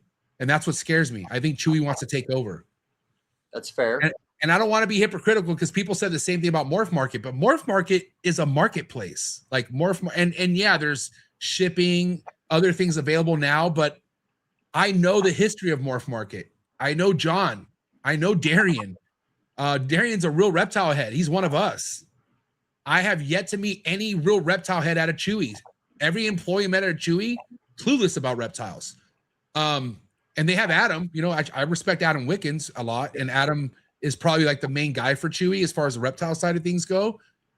But then again, Adam hasn't been doing this for that long, you know, less than 10 years. And how do we know they're not just using him? You know, I don't know. I like Adam a lot, dude. And Adam's a fucking great guy, but you know, he could easily not see this coming either. I don't know. Foot in the door to create negativity, or like you said, bring down the hobby within. I don't know if it's to that extreme. Like I said, I still think businesses look at things as a business, and if there's a profit to be made, I think they would turn a blind eye. I mean, every hobby or everything gets regulated eventually, and we've always had small regulations come in, but I always say, like, in the big picture of things, we haven't seen a lot of changes in the hobby. You know, we had on Dave and Manny with Tiki Geckos last week, and you know, one of the questions that came up, which I thought had an amazing answer because it felt real fucking true, was what species do you think will fall off in the United States when it comes to breeding? And I think Manny said tegus. And I was like, dude, tegus could just disappear one day. All the Southeast states regulations, Arkansas just banned them. They're flooded. It's like for ticks. They're flooded in Florida. They're fucking. Oh yeah. No, they're still there. What do you mean? Yeah, I don't want to say that individual, but there's a guy where if you just go 2 blocks down the street where he lives, you're gonna find a wild tegu that came from his place. Yeah. So yeah, and it sucks because tegus, like, they're not all created equal. I mean, not all of them are fucking really crazy maniacs that will charge you. Some of them are really sweet, but for the most part, a fucking problem. Tegus are a problem, and it's sad because I think tegus are awesome, but it's just like how berms are awesome, and they're being killed all the time in Florida. So yeah, dude, humans fucked that up. It sucks. For sure, man. Yeah, I don't doubt that. And yeah, again, Florida banned tegus, pushed every I think the Carolinas, Alabama, maybe Arkansas. I don't know about Louisiana, but yeah, we're like 1 or 2 states away where I think that species completely falls off in the hobby. So if you want to get it now. It might not be there in a few years. Yeah, and so what happens if that's the case? If people have pet tegus, are they going to be banned from breeding them, or like whatever they have, or they're going to need to get a permit and then they die out when they're done, or how's that going to really work out? I think it's a no breed permit kind of thing. I think you get it maybe grandfathered in some of these places if they don't just make you push them out of state. When Florida started their bans, a lot of those animals left the state beforehand because they knew they'd get trapped. And I think some of the other states followed the lead. If they saw the day was coming, they were just getting animals out before it was too late. I do know that, Mike lives right down the road. Mike's got a bunch of tegus that he's working with in outdoor enclosures in Missouri right now. But you couldn't get much more north than us. And it's not like he's keeping them out year round, but he is bringing them out early in the year for the cycle period. But he'll have a successful year. But like I said, you can't go further north than Missouri, in my opinion, unless you're doing it indoors, and indoors is a bitch. Texas, I think Texas, you can still do it. But a lot of the southern states, it's a no-go now. So, yeah, like I said, I just think it's going to get pushed out with regulation. We'll lose those before the berm. It's sad. I don't want to lose anything. But, again, humans are a problem. And humans fuck everything up, unfortunately. It sucks. It's unfortunate. It's out of our control. I mean, I don't like it, but like, I think it's kind of neat that you can go to Florida and see shit that you could never see unless you left the country. I think that's kind of unique. I don't really feel like leaving the country, so I could just go to Florida to do extreme herping, extreme fishing. Like, we talk about all this stuff, but what about all the invasive bugs and fucking plants and everything else in Florida? It's not like it's just a reptile thing, man. There's a lot of invasives in Florida. Yeah, but people care about their pets being eaten and their kids being threatened, and that's the big problem there. And also native things disappearing because of the berms and other shit like that. But you're right. I think, again, if I was in charge of Florida, it'd be a different thing, but I'm not. And again, money's the agenda down in Florida. It's like, expansion, where they want to build stuff and, put more buildings on Everglades and all that. That's what really matters to them. It's not really about protecting this or that. They don't give a fuck. It's about money. It's about growing businesses. You know what I mean? That's what it really comes down to. And again, human error. That's humans being humans. Yeah. I know it's a lot of real estate guys down there that are definitely throwing money at it. They're not too thrilled about iguanas fucking with all their gardens and everything going on these properties. Like, it's Florida stuff, man. Florida's kind of wild. But like I said, I kind of love it. I've tasted iguana every single time I've been down there, man. Like, there's just always something cool going on. I mean, to be honest, nothing's more wild than the fucking, whatever. I don't know. It's definitely not crack what they're smoking. They're smoking different shit nowadays. I've seen some insane activity human-wise down in Florida. I've never seen anywhere else, dude. Well, Florida's a wild place, man. It's a walking, living GTA video game. It really is. So I know it wasn't just an East Coast thing. I'm sure you listened to a DJ sometime 10, 15 years ago that played the game Ohio or Florida where they tell a news story and you had to pick what state it was. Like, just those two states in general, man. You know what's funny? Ohio and Florida are probably the oldest reptile states in the country, too, because the first shows were ever in Ohio, and everything else came afterwards in Florida for the shows. I think Ohio had the first show. So, yeah, the two wildest states were the first two states that were big into reptiles, too. Where was that guy, Lee Watson? Was that his name? The one that used to throw shows in a barn that Barczyk used to vend at? Was his name Lee Watson? I believe it was Lee Watson. I know I don't know if that was a Michigan or Illinois thing. Yeah. Because there's also Scottsdale in Illinois, which is pretty old school. You've seen Scott at Tinley, the like 7-foot tall wrestler guy. Scott. I'll send you a picture. Okay. But no, yeah, like I said, from what I heard with the Ohio shows was Wayne Hill would come up to the Ohio shows, and then he started the Orlando show that then turned into Daytona. Oh, So, okay. like I said, some of the founding stuff in the hobby, early day stuff, yes, there was the Florida stuff, but the Ohio community and early day reptiles was a very big community. What do you think is going to happen to Daytona, the show? Man, I mean, we all know it's going to be here until Wayne doesn't want to put it on anymore. It's Wayne's show. It's always going to be Wayne's show. Nothing's going to be after Wayne's show. So as long as Wayne keeps it going, we have a Daytona, and then one day we're just not going to have a Daytona anymore. You've been to every show in the country, man. You know the Daytona vibe is its own magical vibe. Like, it is magical. I've only been to one Daytona show, and I cannot wait to go to my next Daytona because, again, Tinley, every show has always had an impact in my life. I'm not going to lie. Probably the biggest one other than Daytona was Tinley, but I've been to, after I've gone to 3, 4, 5 Tinleys, I know what to expect. I know the vibe. I did not know what to expect at Daytona. And Daytona is the only show where I felt a part of the OG community. Like, I was like, what the fuck? Like, Casey Lastic came up, introduced himself, and told me how much he likes my podcast. And I was like, bro, you told me no 7 times. I never even knew you even gave a fuck about my podcast. He's like, hey, dude, don't take that. He's like, I just don't do these podcasts, but I love everything you're doing, MJ.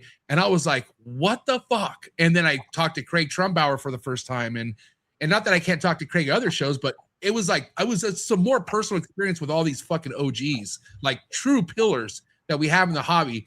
We're at Daytona. And I'm talking about some people you'll never find at any other show go to Daytona.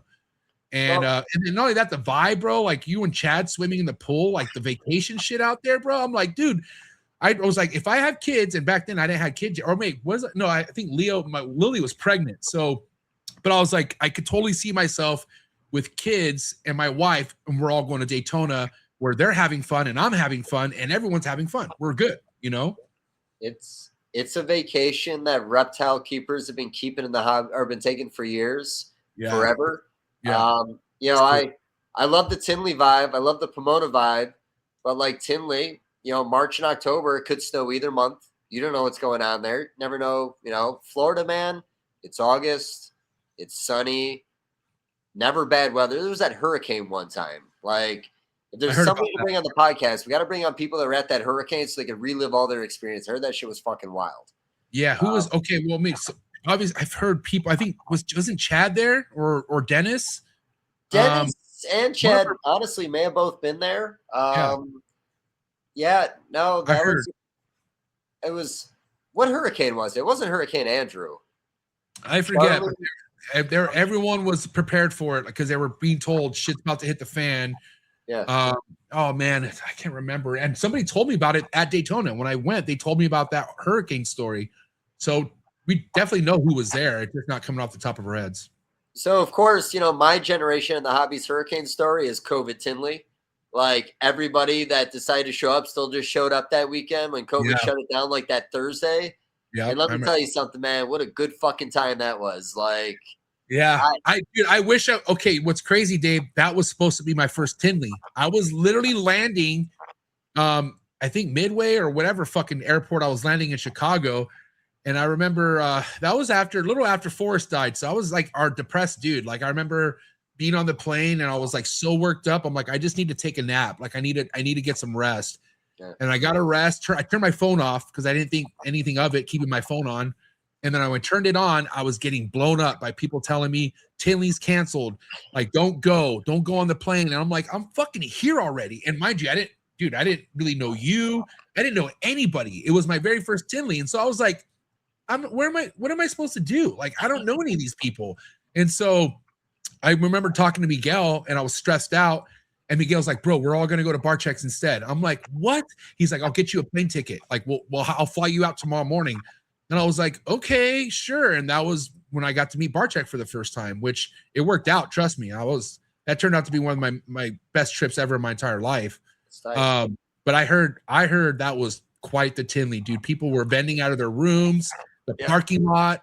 Like I heard it was wherever people could set up, they were setting up at. Yeah, no, it was tight. It was it was like me, Brock, Bob Vu, Chad, Winston was there, and we were all hanging out in the room. Jeff showed up that weekend. Literally, I always say it like it was the best Tinley ever because it was the exact people I always spend all my time with anyways, with no distractions. We're just like 3 days of doing whatever the fuck we want, morning to night, just trying to have a good time, still having the same dinners. Like, was the bar still open? The bar, I believe, was still open. I know we were drinking. I can only imagine. Yeah. Yeah. So because people were still doing stuff. Like, Chad was downtown on Thursday beforehand, going to the art museum. Like, there was still some shit going on, but like, yeah, everyone just got cold feet last minute. It just didn't happen. Yeah. But yeah, it was crazy. Fun. Yeah. And it's just crazy how, again, that was a trippy time, bro. Cause I was always thinking like, I don't think it's going to be that serious. And then next, we're a year deep and people are still having to wear masks and, sporting events. How fucking crazy was sporting events? Like, remember, like, I'll never forget watching WWE. There was all these fucking, instead of audience in the crowd, there was television screens and everybody on a Zoom call watching in. And I was like, this is a terrible time. I was like, this you want to talk about a terrible, terrible time. We had to watch the LA Lakers win a championship that year in that like COVID dome or whatever that was. Oh my God. And the UFC fights too. There was nobody, like it was all quiet. Like the people, they would win and it would be zero fucking noise in the whole building. And I'm like, this is so odd. And then obviously the thoughts of things never going back to normal. That's where I was tripping out. I'm like, are we never going to get back to fucking normal? Yeah. So glad we are now. I'm so glad most of us made it back from that. Some people are still there, but we'll give them time. But like, yeah, that was some wild fucking times, man. It's here's the thing. I remember how that happened because I remember I probably ran through the same kind of course of events everybody else. Day one, I'm leaving the house with Listerine wipes and I'm fucking wiping the handles on everything. And like, I'm a little paranoid, but then by like day 3, thank God I smoke weed and I'm lazy. Stopped doing everything. Went right back to normal. Didn't think twice about it. Read a bunch of studies how weed smokers had the best chance of coming out alive. Yeah, it ended up being a great time, to be honest with you. I made the best of COVID. I was already living in the woods by myself. And let me tell you, nobody shut down out here, man. Everybody kept going. Yeah. But people need to realize the power of weed. Now, depending who you are, okay, this is all circumstantial. But I don't know, and okay, maybe cocaine, but I don't know a more powerful drug that makes you say fuck it, I don't give a fuck anymore. And again, I think weed is a good thing. Cocaine not so good. Cocaine ruins everything. But yeah, I don't know. Over, man. I think cocaine is kind of done. Like, the whole fentanyl thing freaked everybody out. Like, I don't know anybody doing cocaine anymore, to be honest with you. I think more people are doing it now, to be honest. So? Yeah, well, there's countries out there trying to legalize it. They're saying, okay, there's countries that say drinking alcohol is worse for you than cocaine. But then I'm like, how do you do one or the other? Like, there's no way in hell I'm doing cocaine without drinking. Like, I have to drink if I'm doing cocaine. Like, so I feel like that's fucking a terrible idea to legalize cocaine, because if you do, there's going to be more drinking. I fucking guarantee it. Well, you talk about conspiracies. Drinking is at an all-time low. Like, nobody drinks anymore. Weed got legal because weed became legal. Yeah, and weed's better. You don't wake up feeling like shit the next day. I mean, yeah, but weed and drinking doesn't really go hand in hand. Like, I don't know. If I try to even sip a beer while smoking weed, I can't do it. I don't even like beer that much in the first place. Yeah, it's one or the other, but if you do some other stuff, you kind of need some weed. I didn't realize that till recently. I thought you could just do other stuff and be happy, but the weed does help a little bit. It's like there's no just one way of doing it. Like, you need something else to cope with it. Like, weed for me, food all day. Weed and food are like just like anyone else, best friends. But dude, obviously you've known me for a while and you know how much I smoke. You know how much weed I smoke nowadays, Dave? Guess how many bowls of weed I smoke a day now? Talking bowls? I don't know, maybe 3. One. One? Literally That's morning or night? nighttime. I don't even do mornings. And I think what it is because I have kids, and Of course. when I'm super high in front of my kids, I trip out. Like I'm like, because I can't believe they're mine, first and foremost. And then then I start thinking about sad things of like how in 5 years I'll never have this version of them. And like then I get all like fucking sentimental. So I'm like, dude, I'm not smoking during the day no more. Fuck that shit. I don't got time to be sentimental and get into my thoughts. So as soon as I put my kids down and they're out, oh buddy, all I need right here. One nice snapper out of my roar bong right here, dude. And I am to the moon. That's all I need. I mean, mind you, I smoke some really, really high potent shit, but it's just one bowl, dude. Yeah. I eat afterwards, watch a couple good shows, and I am out, buddy. That's it. Yeah, I used to love, because for me it was at the end of the night, it was the reward. Get through the day. I wasn't a big fan of like working on the animals when I was smoking, and it was like, get through the day, have a bowl. There's my day. Yeah, that's me now. Shit did come a little more routine. I definitely spoke a little more during the day, which I didn't used to. I definitely dabble throughout the day. And everything's still fine. It's not like we're not functioning, but I used to feel guilty about it. I don't feel as guilty anymore. But when you talk about the kids thing, like, anytime I know I'm going to be around my friends' kids, I actually really don't like doing it. No, yeah, I agree. Responsible. Because you want to be on the same mindset of the kid. Like you want to, like, you don't want to be thinking of some weird shit. And like when I'm around kids, I think about like stuff when I was a kid. Like, what are they thinking? It becomes more of a mental fuck being high around kids, and I just don't enjoy it at all. I really don't. No, and it's not. So when I was growing up, it's my parents definitely enjoyed partying, and nothing like really extreme. But back then, softball leagues and a lot of drinking afterwards, and there was always some people at the party fucking around and probably doing they shouldn't. But like, I grew up in a lot of bars, man. I got really good at that claw machine. I got all these cool stuffed animals. Like, there was I used to collect the Hey, do you remember the cigarette machines that you would pull? Remember the fucking do you remember there were cigarette vending machines? I got one right down the street still at the gas station, but I'll take a picture of it tomorrow. Dude, that's fucking crazy. I talk about small town living. You don't even need a card to pump gas. You can pre-pump here still and walk in, and they know the amount, man. They don't worry about you driving off. Oh shit, dude. Yeah, man. Times are different now, man. And it's, again, I'm very happy to be where I'm at in the reptile hobby and working so closely with you. And before I forget and mention this, we didn't really talk about where you're at with boas this year. What happened with your productions with boas? You want an honest answer? Yes. So when I moved in December last year, I'd already had my 12 ovulations in the year. I was pretty happy.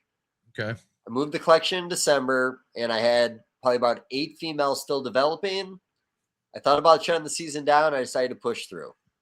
I pushed through. I got 5 slug outs and a female that died. Tell you the truth, real kick in the nuts. Didn't really like that I made that decision, the decision of being greedy on it and trying to push a little harder when months beforehand I already planned on cutting the season off the moment I moved. So to be honest with you, I gave them the year off. I didn't do any boa breeding. I just put like one pair together because she developed. I had one female I gave the year off. She slugged out anyways, real slap in the face. But I just, I should have been a little more disciplined. Boas, when you move them, things can't always go right. I shouldn't have pushed them. So they got the season off. This fall, I have 12 brand new virgin females. They're all about 5-6 years old that'll be going into breeding on top of what I already work with. And the following season, I want to say I have another 14 female boas that should be up to breeding size. Nice. And then 2 years after that, I got 8 more females that should be up to breeding size. And I actually got about 16 to 18 other boas that I'm growing out right now that are all locality. Those will be ready over the next 3-4 years. So nice. I took one little break on the boas this year. I don't know. Like I said, I didn't like the fact that I pushed it. Taking the year off didn't hurt us any. But it's really funny. Last year, 12 boa litters, 30 litters of ball pythons, maybe 40 skinks, and maybe 50 or 100 corn snakes, and then maybe some miscellaneous couple boa litters for sand boas. That 12 litters of boas paid all my bills the entire year. Now this year we have like 130 ovulations on ball pythons. You know, for colubrids, we're probably going to be 400 to 600 eggs this year. Skinks, we doubled our number. We hit almost 100 this year. Like we went from like 3 Samboa litters. It looks like we're going to have 9 this year. So That's cool. you know, I didn't have to go all in with everything, and I'm really glad I had a good boa year last year because that good boa year saved my ass on my first year out on my own. Without those boas, I couldn't have paid the bills, and now everything else that's been growing up and getting there, it's all happening now. So smooth sailing, I hope. But yeah, I was just irresponsible, man, and I felt like an idiot afterwards, so I needed the year off. And that's pretty typical. You know, people find, especially somebody who's been doing it as long as you, will find a place where they need to take a break. Because again, you want success, and there's times where you got to read the writing on the wall, and that's what you did. So no harm in that. Give them another year to acclimate. I'm not going anywhere this year. I'm settled into the building. You know, it's like I always talk about, it's very inexpensive to be there, so I have no reason to leave. Until I have a property I live on where I can bring them back on property, they're just going to be in that same place. Like I said, this year everything will be even a little more dialed in. You know, like I said, I'm happy. Every year is getting a little better. I always got something new to be excited about. Yeah, I'm into it. Like I said, I'm not really going anywhere. I can't do anything else in life, buddy. I don't even know how to email. I didn't even know what the Google Drive was an hour ago, dude. I can't do anything in this world. Oh God, man, we got to get you up to speed somehow, dude. It's gonna be tough. You'll be all right though. But I mean, honestly, Dave, you're getting by, dude. You'll be fine. I'm getting by. I lean on a lot of people to get by. I'm getting by. Yeah, you do. But you're leaning on people who will, like, they have no issues you leaning on them. You know what I mean? I appreciate it. I'll be honest. When I had to watch sweaty Steve at the gym trying to figure out how to work it, and he didn't realize his face was on my screen, like in that moment, I'm like, man, you guys really do care. Like, oh, the look of confusion on that dude's face in that video was fucking just so classic. Fucking Steven, man. Dude, let's throw out a little bit of a breadcrumb to these people real quick. Well, couple things. But we've been entertaining the idea of bringing back Unfiltered Reptiles podcast. Yeah. What do you think? I'm happy. I love it, honestly. It's where everything started. It's, you know what it is? And it's not just the fact that it's where everything started, but like, you know, me, you, and Steve are going to have a real chemistry together. Yeah. Like, you know, the work that we used to do together had a real chemistry. When Steve's on mine, there's a real chemistry. Like, you know, I think that every conversation we have, we're going to do justice to the conversation. Yeah. So, like, you know, like I said, and, you know, you do the same thing. Like, I'm always trying to mix people up, bring people together on podcasts and try to find that chemistry. You know, when you get it locked in, you really got to lean into it. Yeah. And again, like, you know, totally keen on bringing guests on, but I mean, you, me, and Steven could easily rock the show together. You know what I mean? All based off the chemistry. No, you know, I think cycling somebody in occasionally, especially like we said, when there's a true topic that it deserves a representative from that community to kind of like lay shit down a little bit. I'm all about it. And, you know, as soon as we're done with them, man, gone. 20 minutes. That's enough, you motherfucker. You've done your part. Expired. Yeah, just don't even say anything. Just click them out, man. They'll get used to it. But no, I do enjoy the behind the scenes conversations, and you know, having those conversations together. I know it's gonna be a little bit behind the scenes and a little public knowledge, and there's gonna be a balance there. You know, people are always thinking about current events, and you know, like I said, I'm gonna enjoy talking about them. I'm gonna do the research too. You know, I fuck around. I come in here all like willy nilly. When we start leaning into that, we got true topics, man. Like, I'm going to start making phone calls, like, do a little bit of research ahead of time. I want to make sure I can keep up with the conversation. And what better time with all these podcasters fucking throwing in the towel? I mean, dude, okay, let's give the people something they need, unfiltered. Why not? I feel like it's perfect timing. No, I think it's good, man. Like I said, I think we're going to cross the line just a little bit occasionally, but, you know, I think, like I said, I'm never looking to make anybody mad. I'll leave names out when you got to leave names out, but you know, some shit just needs to be said every once in a while.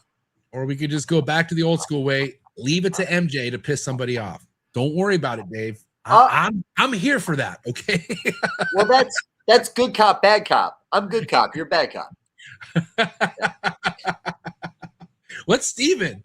Robin. He's Robin, man. He's Robin. Dude, and I also think something tells me that, and I just feel like this is the power of Unfiltered. I think we will be able to pull some guests that we're not able to pull elsewhere on Unfiltered. And I don't know who that person is, but I feel like it's going to happen. Like we'll get the episode we've always been reaching for on Unfiltered somehow. I have a gut feeling about it. Sure, man. Yeah, like I said, I know we're going to get into some conversations that maybe are a little edgy, but I don't think any of us are going to go out there looking to piss people off. I don't think anyone's going to throw shit at it. Like, I think, we're going to have a real conversation. This stuff happens in the hobby. Everybody deals with it sometimes. Like, have the conversation. Well, let's be honest, Dave. How many things that you could speak about that you just don't speak about? A lot. Well, and there's a lot of things. And there's, the problem with, I give advice on this too. I got a phone call from somebody in the hobby the other day. And, he kind of gave me here's what's going on. What's your opinion? Should I go public with it? And my answer is always the same. Probably not. Like, there's a lot of things that get handled behind the scenes. And then there's stuff that eventually, people are all about bringing into light. But like most professional people in the hobby, sometimes it's better just to let shit go and move on. But I don't know, man. Sometimes it's hard to move on. Remember you tried your best for me to avoid getting Sean Bradley cancer, and I didn't listen to you, and I got Sean Bradley cancer. I'm a survivor, thank God. Yeah. But it was a rough one. It was rough. I'm not gonna lie. That was a rough year in my life dealing with that guy, dude. I remembered it. Oh my God. I'm glad that when you had nothing better going on, you had me around. when you were at your most desperate, you're like, who I want to hang out with the most? Dave. Dude, you, Mark Bailey, and Miguel, a couple other people that really got me through that time. Only because I felt like I had nobody else. I thought it was still fun, and I have a fuck you attitude. I don't like when people get canceled, and life goes on. Here we are now. Not that was a full cancellation. It was just.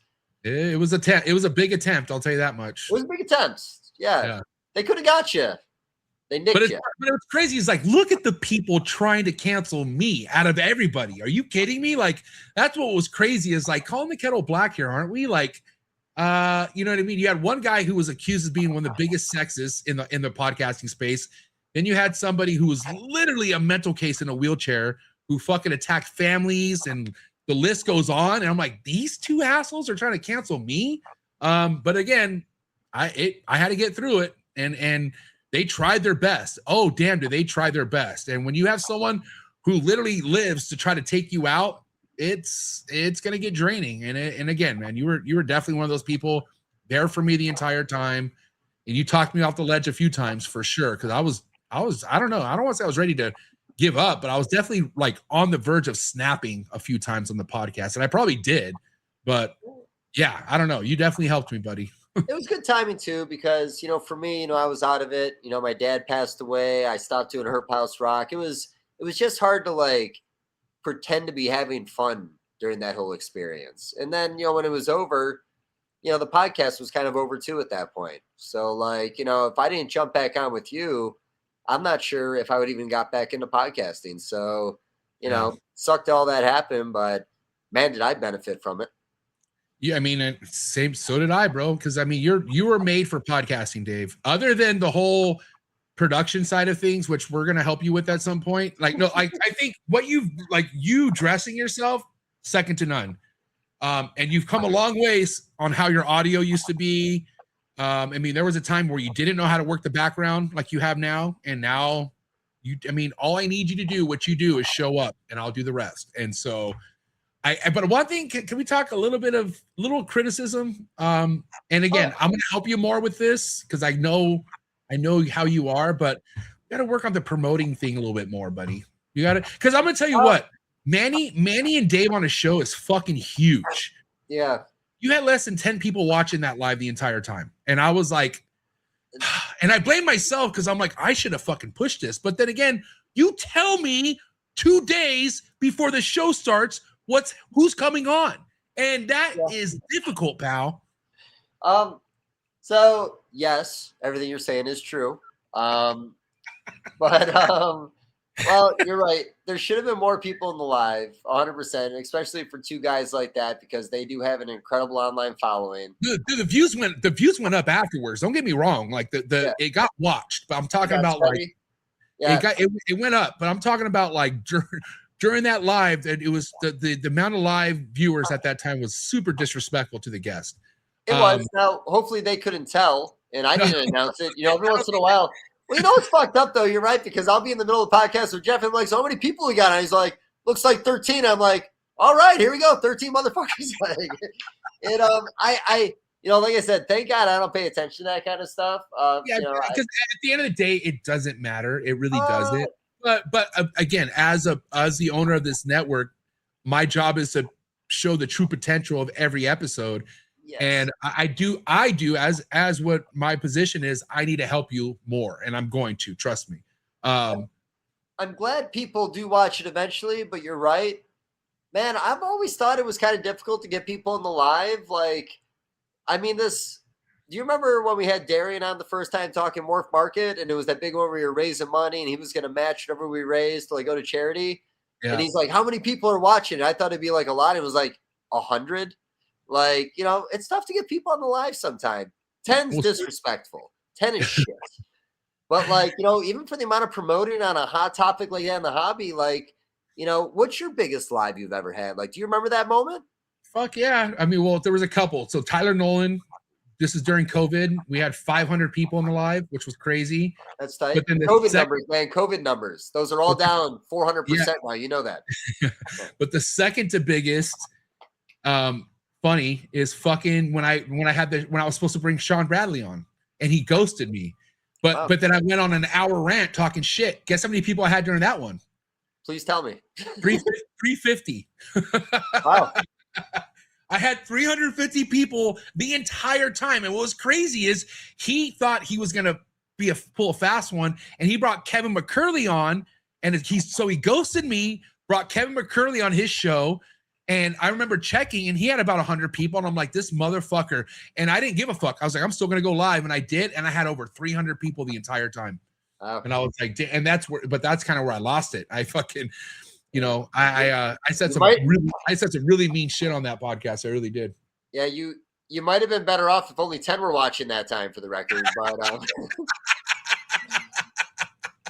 no, that was the episode where that fucking that lame went to go. He was like, "Oh my God, MJ's the biggest bully," and he did a YouTube video on his account, put it on TikTok, and it trended. And there was an anti-bullying campaign for MJ after that, all because of that episode. So you're right. If I had about 10 people on that episode, I would have been just fine. But honestly, dude, I'm happy that happened to me, because I changed a lot. Like it was in the past, but then I was also I saw some things I didn't want to be like. I realized how much drinking on the show was fucking me up, and like, I was a loose cannon, and there was a lot of times I was saying stuff where afterwards I kind of felt bad, and I'm like, well, why would you say it if you feel bad? And so I'm glad, I'm not going to say I'm glad it happened, but it happened, and here we are. It definitely course corrected what you were doing. It definitely refined what you were doing, and you loved it enough that you found a way to correct. Yeah, 100%. And I had a great support system too. Barch, you were there. Barchek was there for me.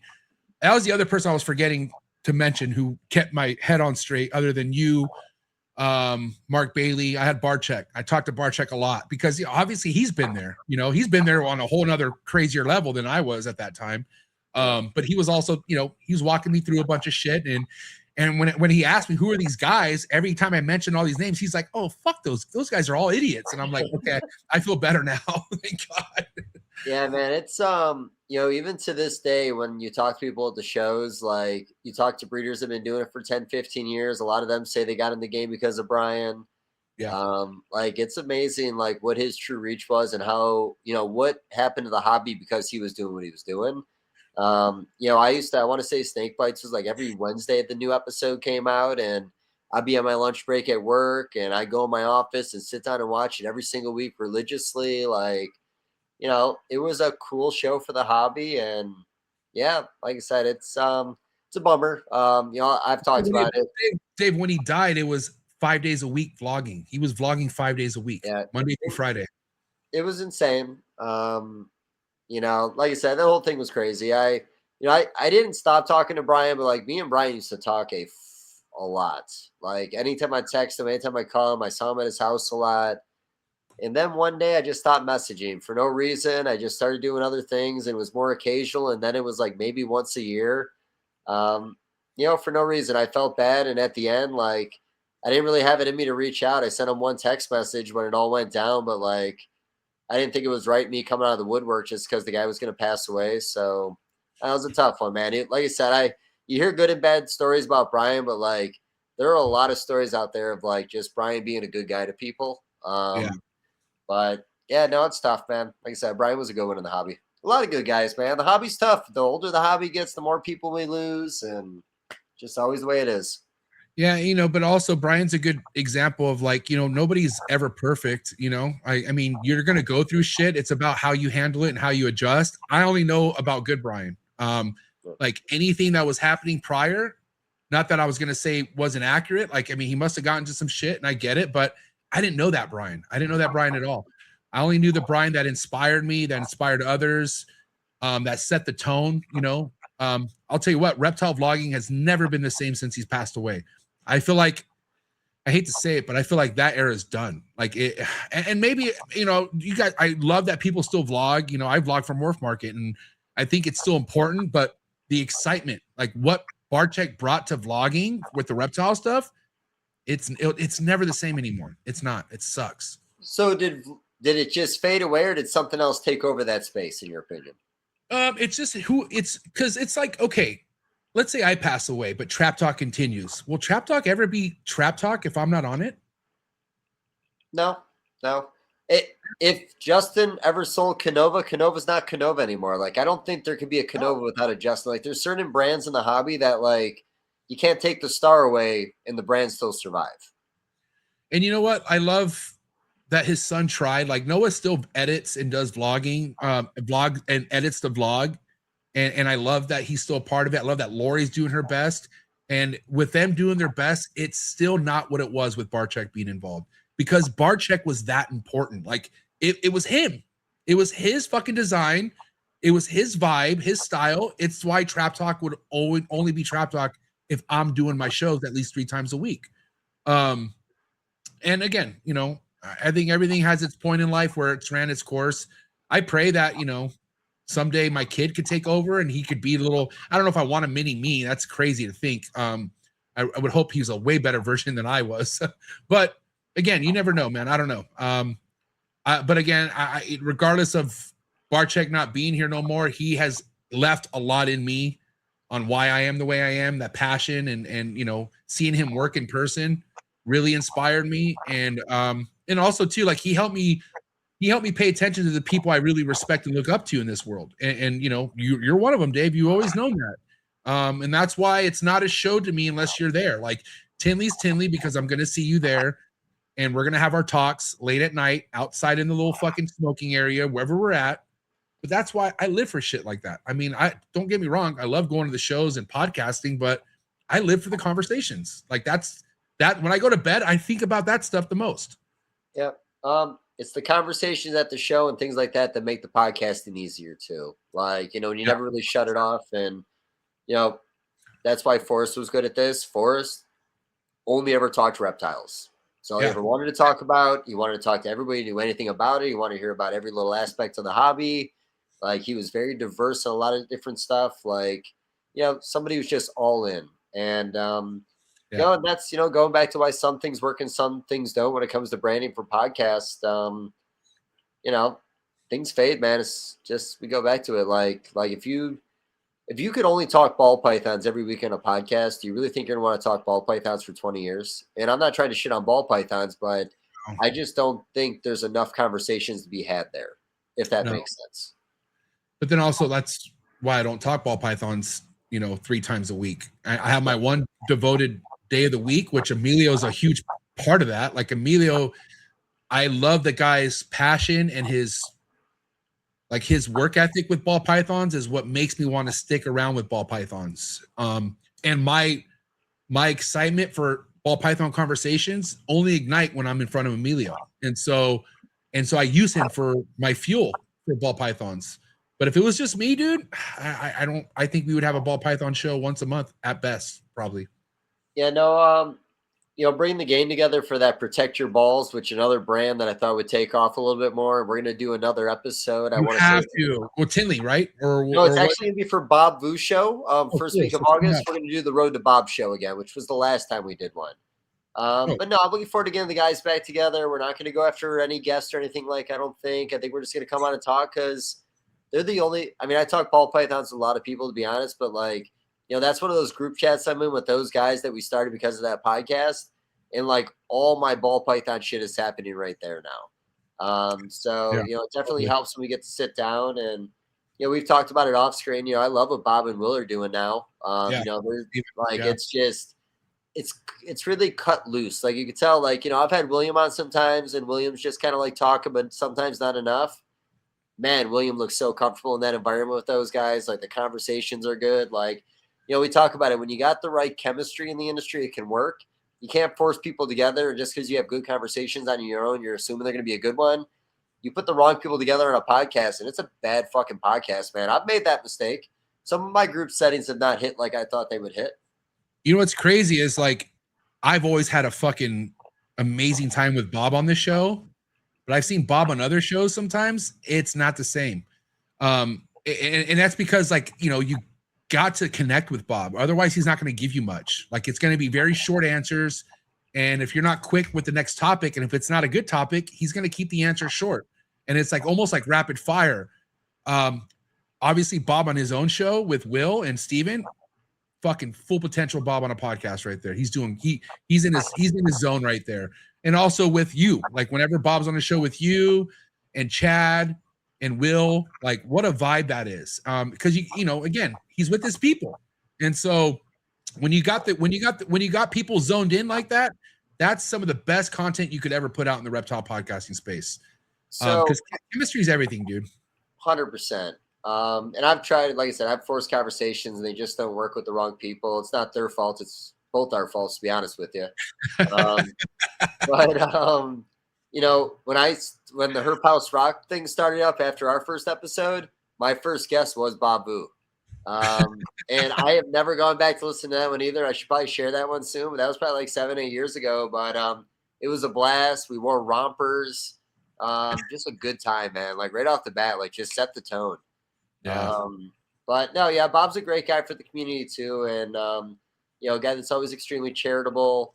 You don't hear a whole lot of bad stories, and I know he's not loved by all, but like I said, I've had a lot of good experiences, and I know a lot of people that have. So, the hobby's out there. I know there's people out there that don't like me. It's probably my fucking fault, but like I said, I really try to go through this whole hobby, just always trying to be on the right side of things, man. And sometimes being on the right side of it, though, you got to take it in the ass. This is true though, Dave. If anyone out here in the hobby has an ounce of success, somebody's hating on it, no matter what. There's nobody who's successful in the hobby who has everyone who loves them. Sorry, it's not possible. I think that's my sweet spot. When I roll up to Tinley with my car that has 300,000 miles on it, I don't really scream success. So nobody really hates me. It's the goodwill fits. That's true. It's true. Yeah. But also it's kind of stylish. It doesn't look gross. It's actually pretty fucking awesome. My car out there? No, I'm talking about your Goodwill outfits. I'm sorry. Yeah. I thought you were referring to my vehicle as a Goodwill vehicle. And I was like, well, that's no, I was talking about your fits. You fucking roll up in a fucking goddamn a fanny pack that was clearly sold in the late 80s. You know what I mean? Or something like that. I don't know. I'm just making examples. I'll be honest. I like to add something new every year. I'm thinking a fur coat this year. It's always a little cold at Tinley. I don't know if I should do a crop top or if I should do the full length. That's the tough thing right now. I think that's next. Yeah. All right. I'm going to throw these people one more bone before I'll leave it to you for any closing statements. Sure. But we've also been in the works about getting you onto another podcast a day of the week. And we were talking about this earlier, man, but I have a good feeling about skinks, man. I think skinks are going to take things to the next level, especially with what we're seeing. But how do you feel about that new segment, Adidas podcast, All Day I Dream About Skinks with Johnny? Well, I didn't know about the gay name yet. That was the first time you dropped that on me. Gay name, dude. What? That well- name is so sick. Well, there might be a little trauma there. You know, I don't know why that reminded me of that, but my first girlfriend asked me if I Adidas, and I wasn't a big Korn fan at that time. So I Oh, thought she okay, meant dream about shoes. sex. So I think that was just a trigger for me. So that's my fault. But you know what? By the way, I think Johnny liked the name, but if you guys want to agree, and No, come up the with name's another fine. name, that's I fine. love the name. Okay. Yeah. But no, I'm gonna. Hopefully Johnny's watching this. Now that we're working together, he doesn't message me anymore. And it's probably my fault. But I've sent that motherfucker like 3 messages, and I haven't got one back yet. So All right, Johnny, come on now, hit him up. Fuck. Yeah, I'll get on his bumper. Don't worry. But he's super excited, as am I, because I feel like I love the monitor game, but doing content on monitors every week, it's like, dude, it's kind of hard to do. And there's just other stuff out there that needs some spotlights. I think having Skinks having a spotlight is a fucking great idea, especially with the excitement with shed testing and everything like that. So. No. Well, what's really kind of convenient about this, or kind of funny? Did you know I've been doing Blue Tongue Skink podcasts for about 2-3 years now?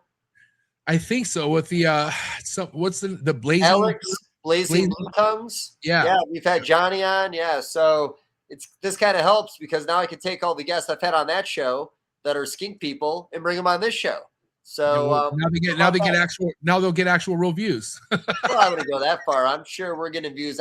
I'll tell you this. I know he's getting more than 10 people in the live. Hold on. Wait a minute. I've done my homework on that podcast. Ugh, come on, dude. Don't make me pull it up right now because I will. Well, here's the thing. The skink community is small, buddy. Like there's like 10 of us. It's gonna blow up. I'm telling you, it's gonna get even bigger here on Trap Talk. You'll see. Yeah. My background's gonna be Blazing Blue Tongues on our fucking Saturday show. I think that's called Synergy, right? That's Synergy. But no, yeah, like I said, I think it's a good time for the species. I'm excited because that is a species like, where you always tell me to lean into boa constrictors, blue tongues are definitely another one that I can lean into. So I'm looking forward to going that avenue. Yeah. Well, it's going to happen soon and I'm looking forward to it. I'm going to get Johnny connected with you. I don't know why he's not texting you back. He is a busy guy. I'll tell you that much, but he better fucking be busy, man. We'll figure it out. Man, 2 hours went by quick. Dave, anything you want to close with? Anything we didn't cover that you really want to talk about before we end it?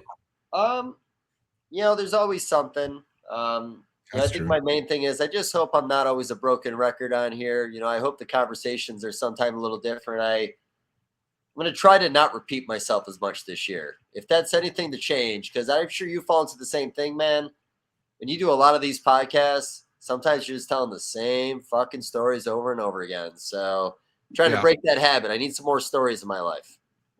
Yeah, I hear you. I mean, sometimes, I don't know. I'm not going to say I never feel that way, but I don't know. I feel like there's always something new to discuss. And I circle back. Don't get me wrong. There's things I circle back to, which we already covered, but not everyone caught that episode or not everyone heard it. And so, you want to spread it out. You don't want to do it week after week, but if you play your cards right, you can circle back to shit you talked about all the time and you can pull it off.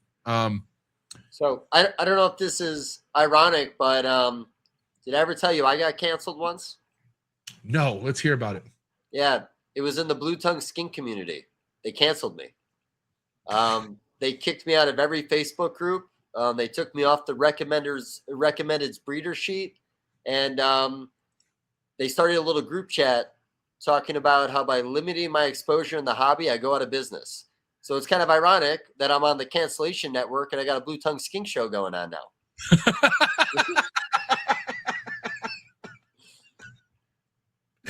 It's crazy how the stars align, right? Fucking circular motion. Oh my God. Well, we'll be fine. They're all out of the hobby now. We'll be fine. What year was it? Got canceled in that hobby too. Oh my God. Yeah. It was savagery, man. It was wild. Was it like 2010 era or what year was it? No, dude. No, it wasn't that long ago. It was like COVID era, just before COVID, probably about 6-7 years ago. 5-6 years ago. Yeah, just holy shit. Yeah, it was a wild community, man. And then it just all exploded. All the Facebook groups got deleted. There was a Facebook group that got up to, I want to say, like 15,000 followers on Facebook for Blue Tongue Talk. And everyone got so crazy in that group being mean to each other, Facebook deleted it. They said it was too much for Facebook. Oh my God. Yeah. But right. Yeah, I'm looking forward to getting some of those guys out of the woodwork and getting this rolling again. All right. Well, guys, this is a great episode. Say one thing.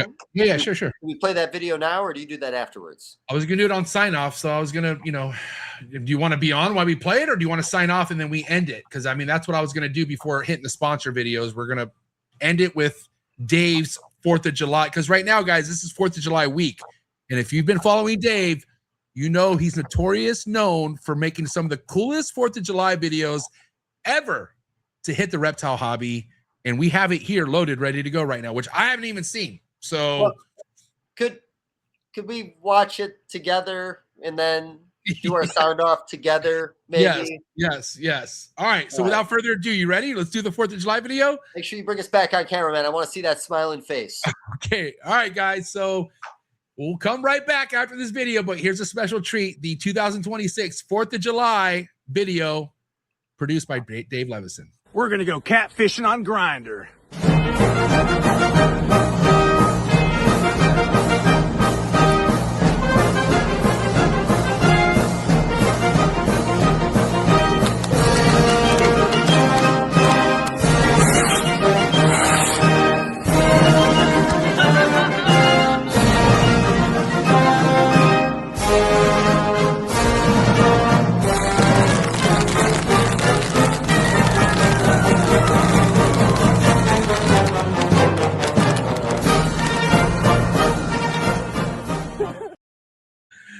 Oh my God, Dave. You shaved your fucking head. Best team in the game, buddy. What a way to end a podcast, bro. Oh my God. Happy late 4th of July to you people out there. One and only Dave Levinson, bro. Thank you so much for coming on. Guys, please. One Nation Under Herp every other Friday, Dave and JMG. And of course, that next podcast that we're going to be coming out Saturdays with Johnny. All day I tell you about skinks, but guys, do me a favor. Oh, wait, hold on. Are you going to ever be active on Instagram, dude? Can we please get on top of that here soon? Like, can I help you? Because I shout out your Instagram all the time and you're fucking never on it. Should I start a new one or just start posting again? Start posting again, dude. All right. Start posting again, please. I'll start posting today. At least by Unfiltered coming back out, because you're going to be best way to promote is Unfiltered. But yes. All right. So guys, let's pump those numbers up, buddy. I'm in it together. Those numbers up. All right. Do me a favor, guys. Give it up. It's a wrap for Dave Levinson, ladies and gentlemen. Thank you, Dave. Have a good night, bro. Later, bud. Oh my God. How can you not love that guy? Oh, what a great episode. And honestly, man, I know I don't do more than 2-hour podcasts anymore, but Dave is somebody where I could rock a 4-hour show like it's nothing. And once my kids get old enough again and I'm not needed as much in there, I'm bringing those 4-hour episodes back. I promise you, Unfiltered, probably going to see some 3-4 hour episodes. I'll tell you that much. But whoo, amazing episode, guys.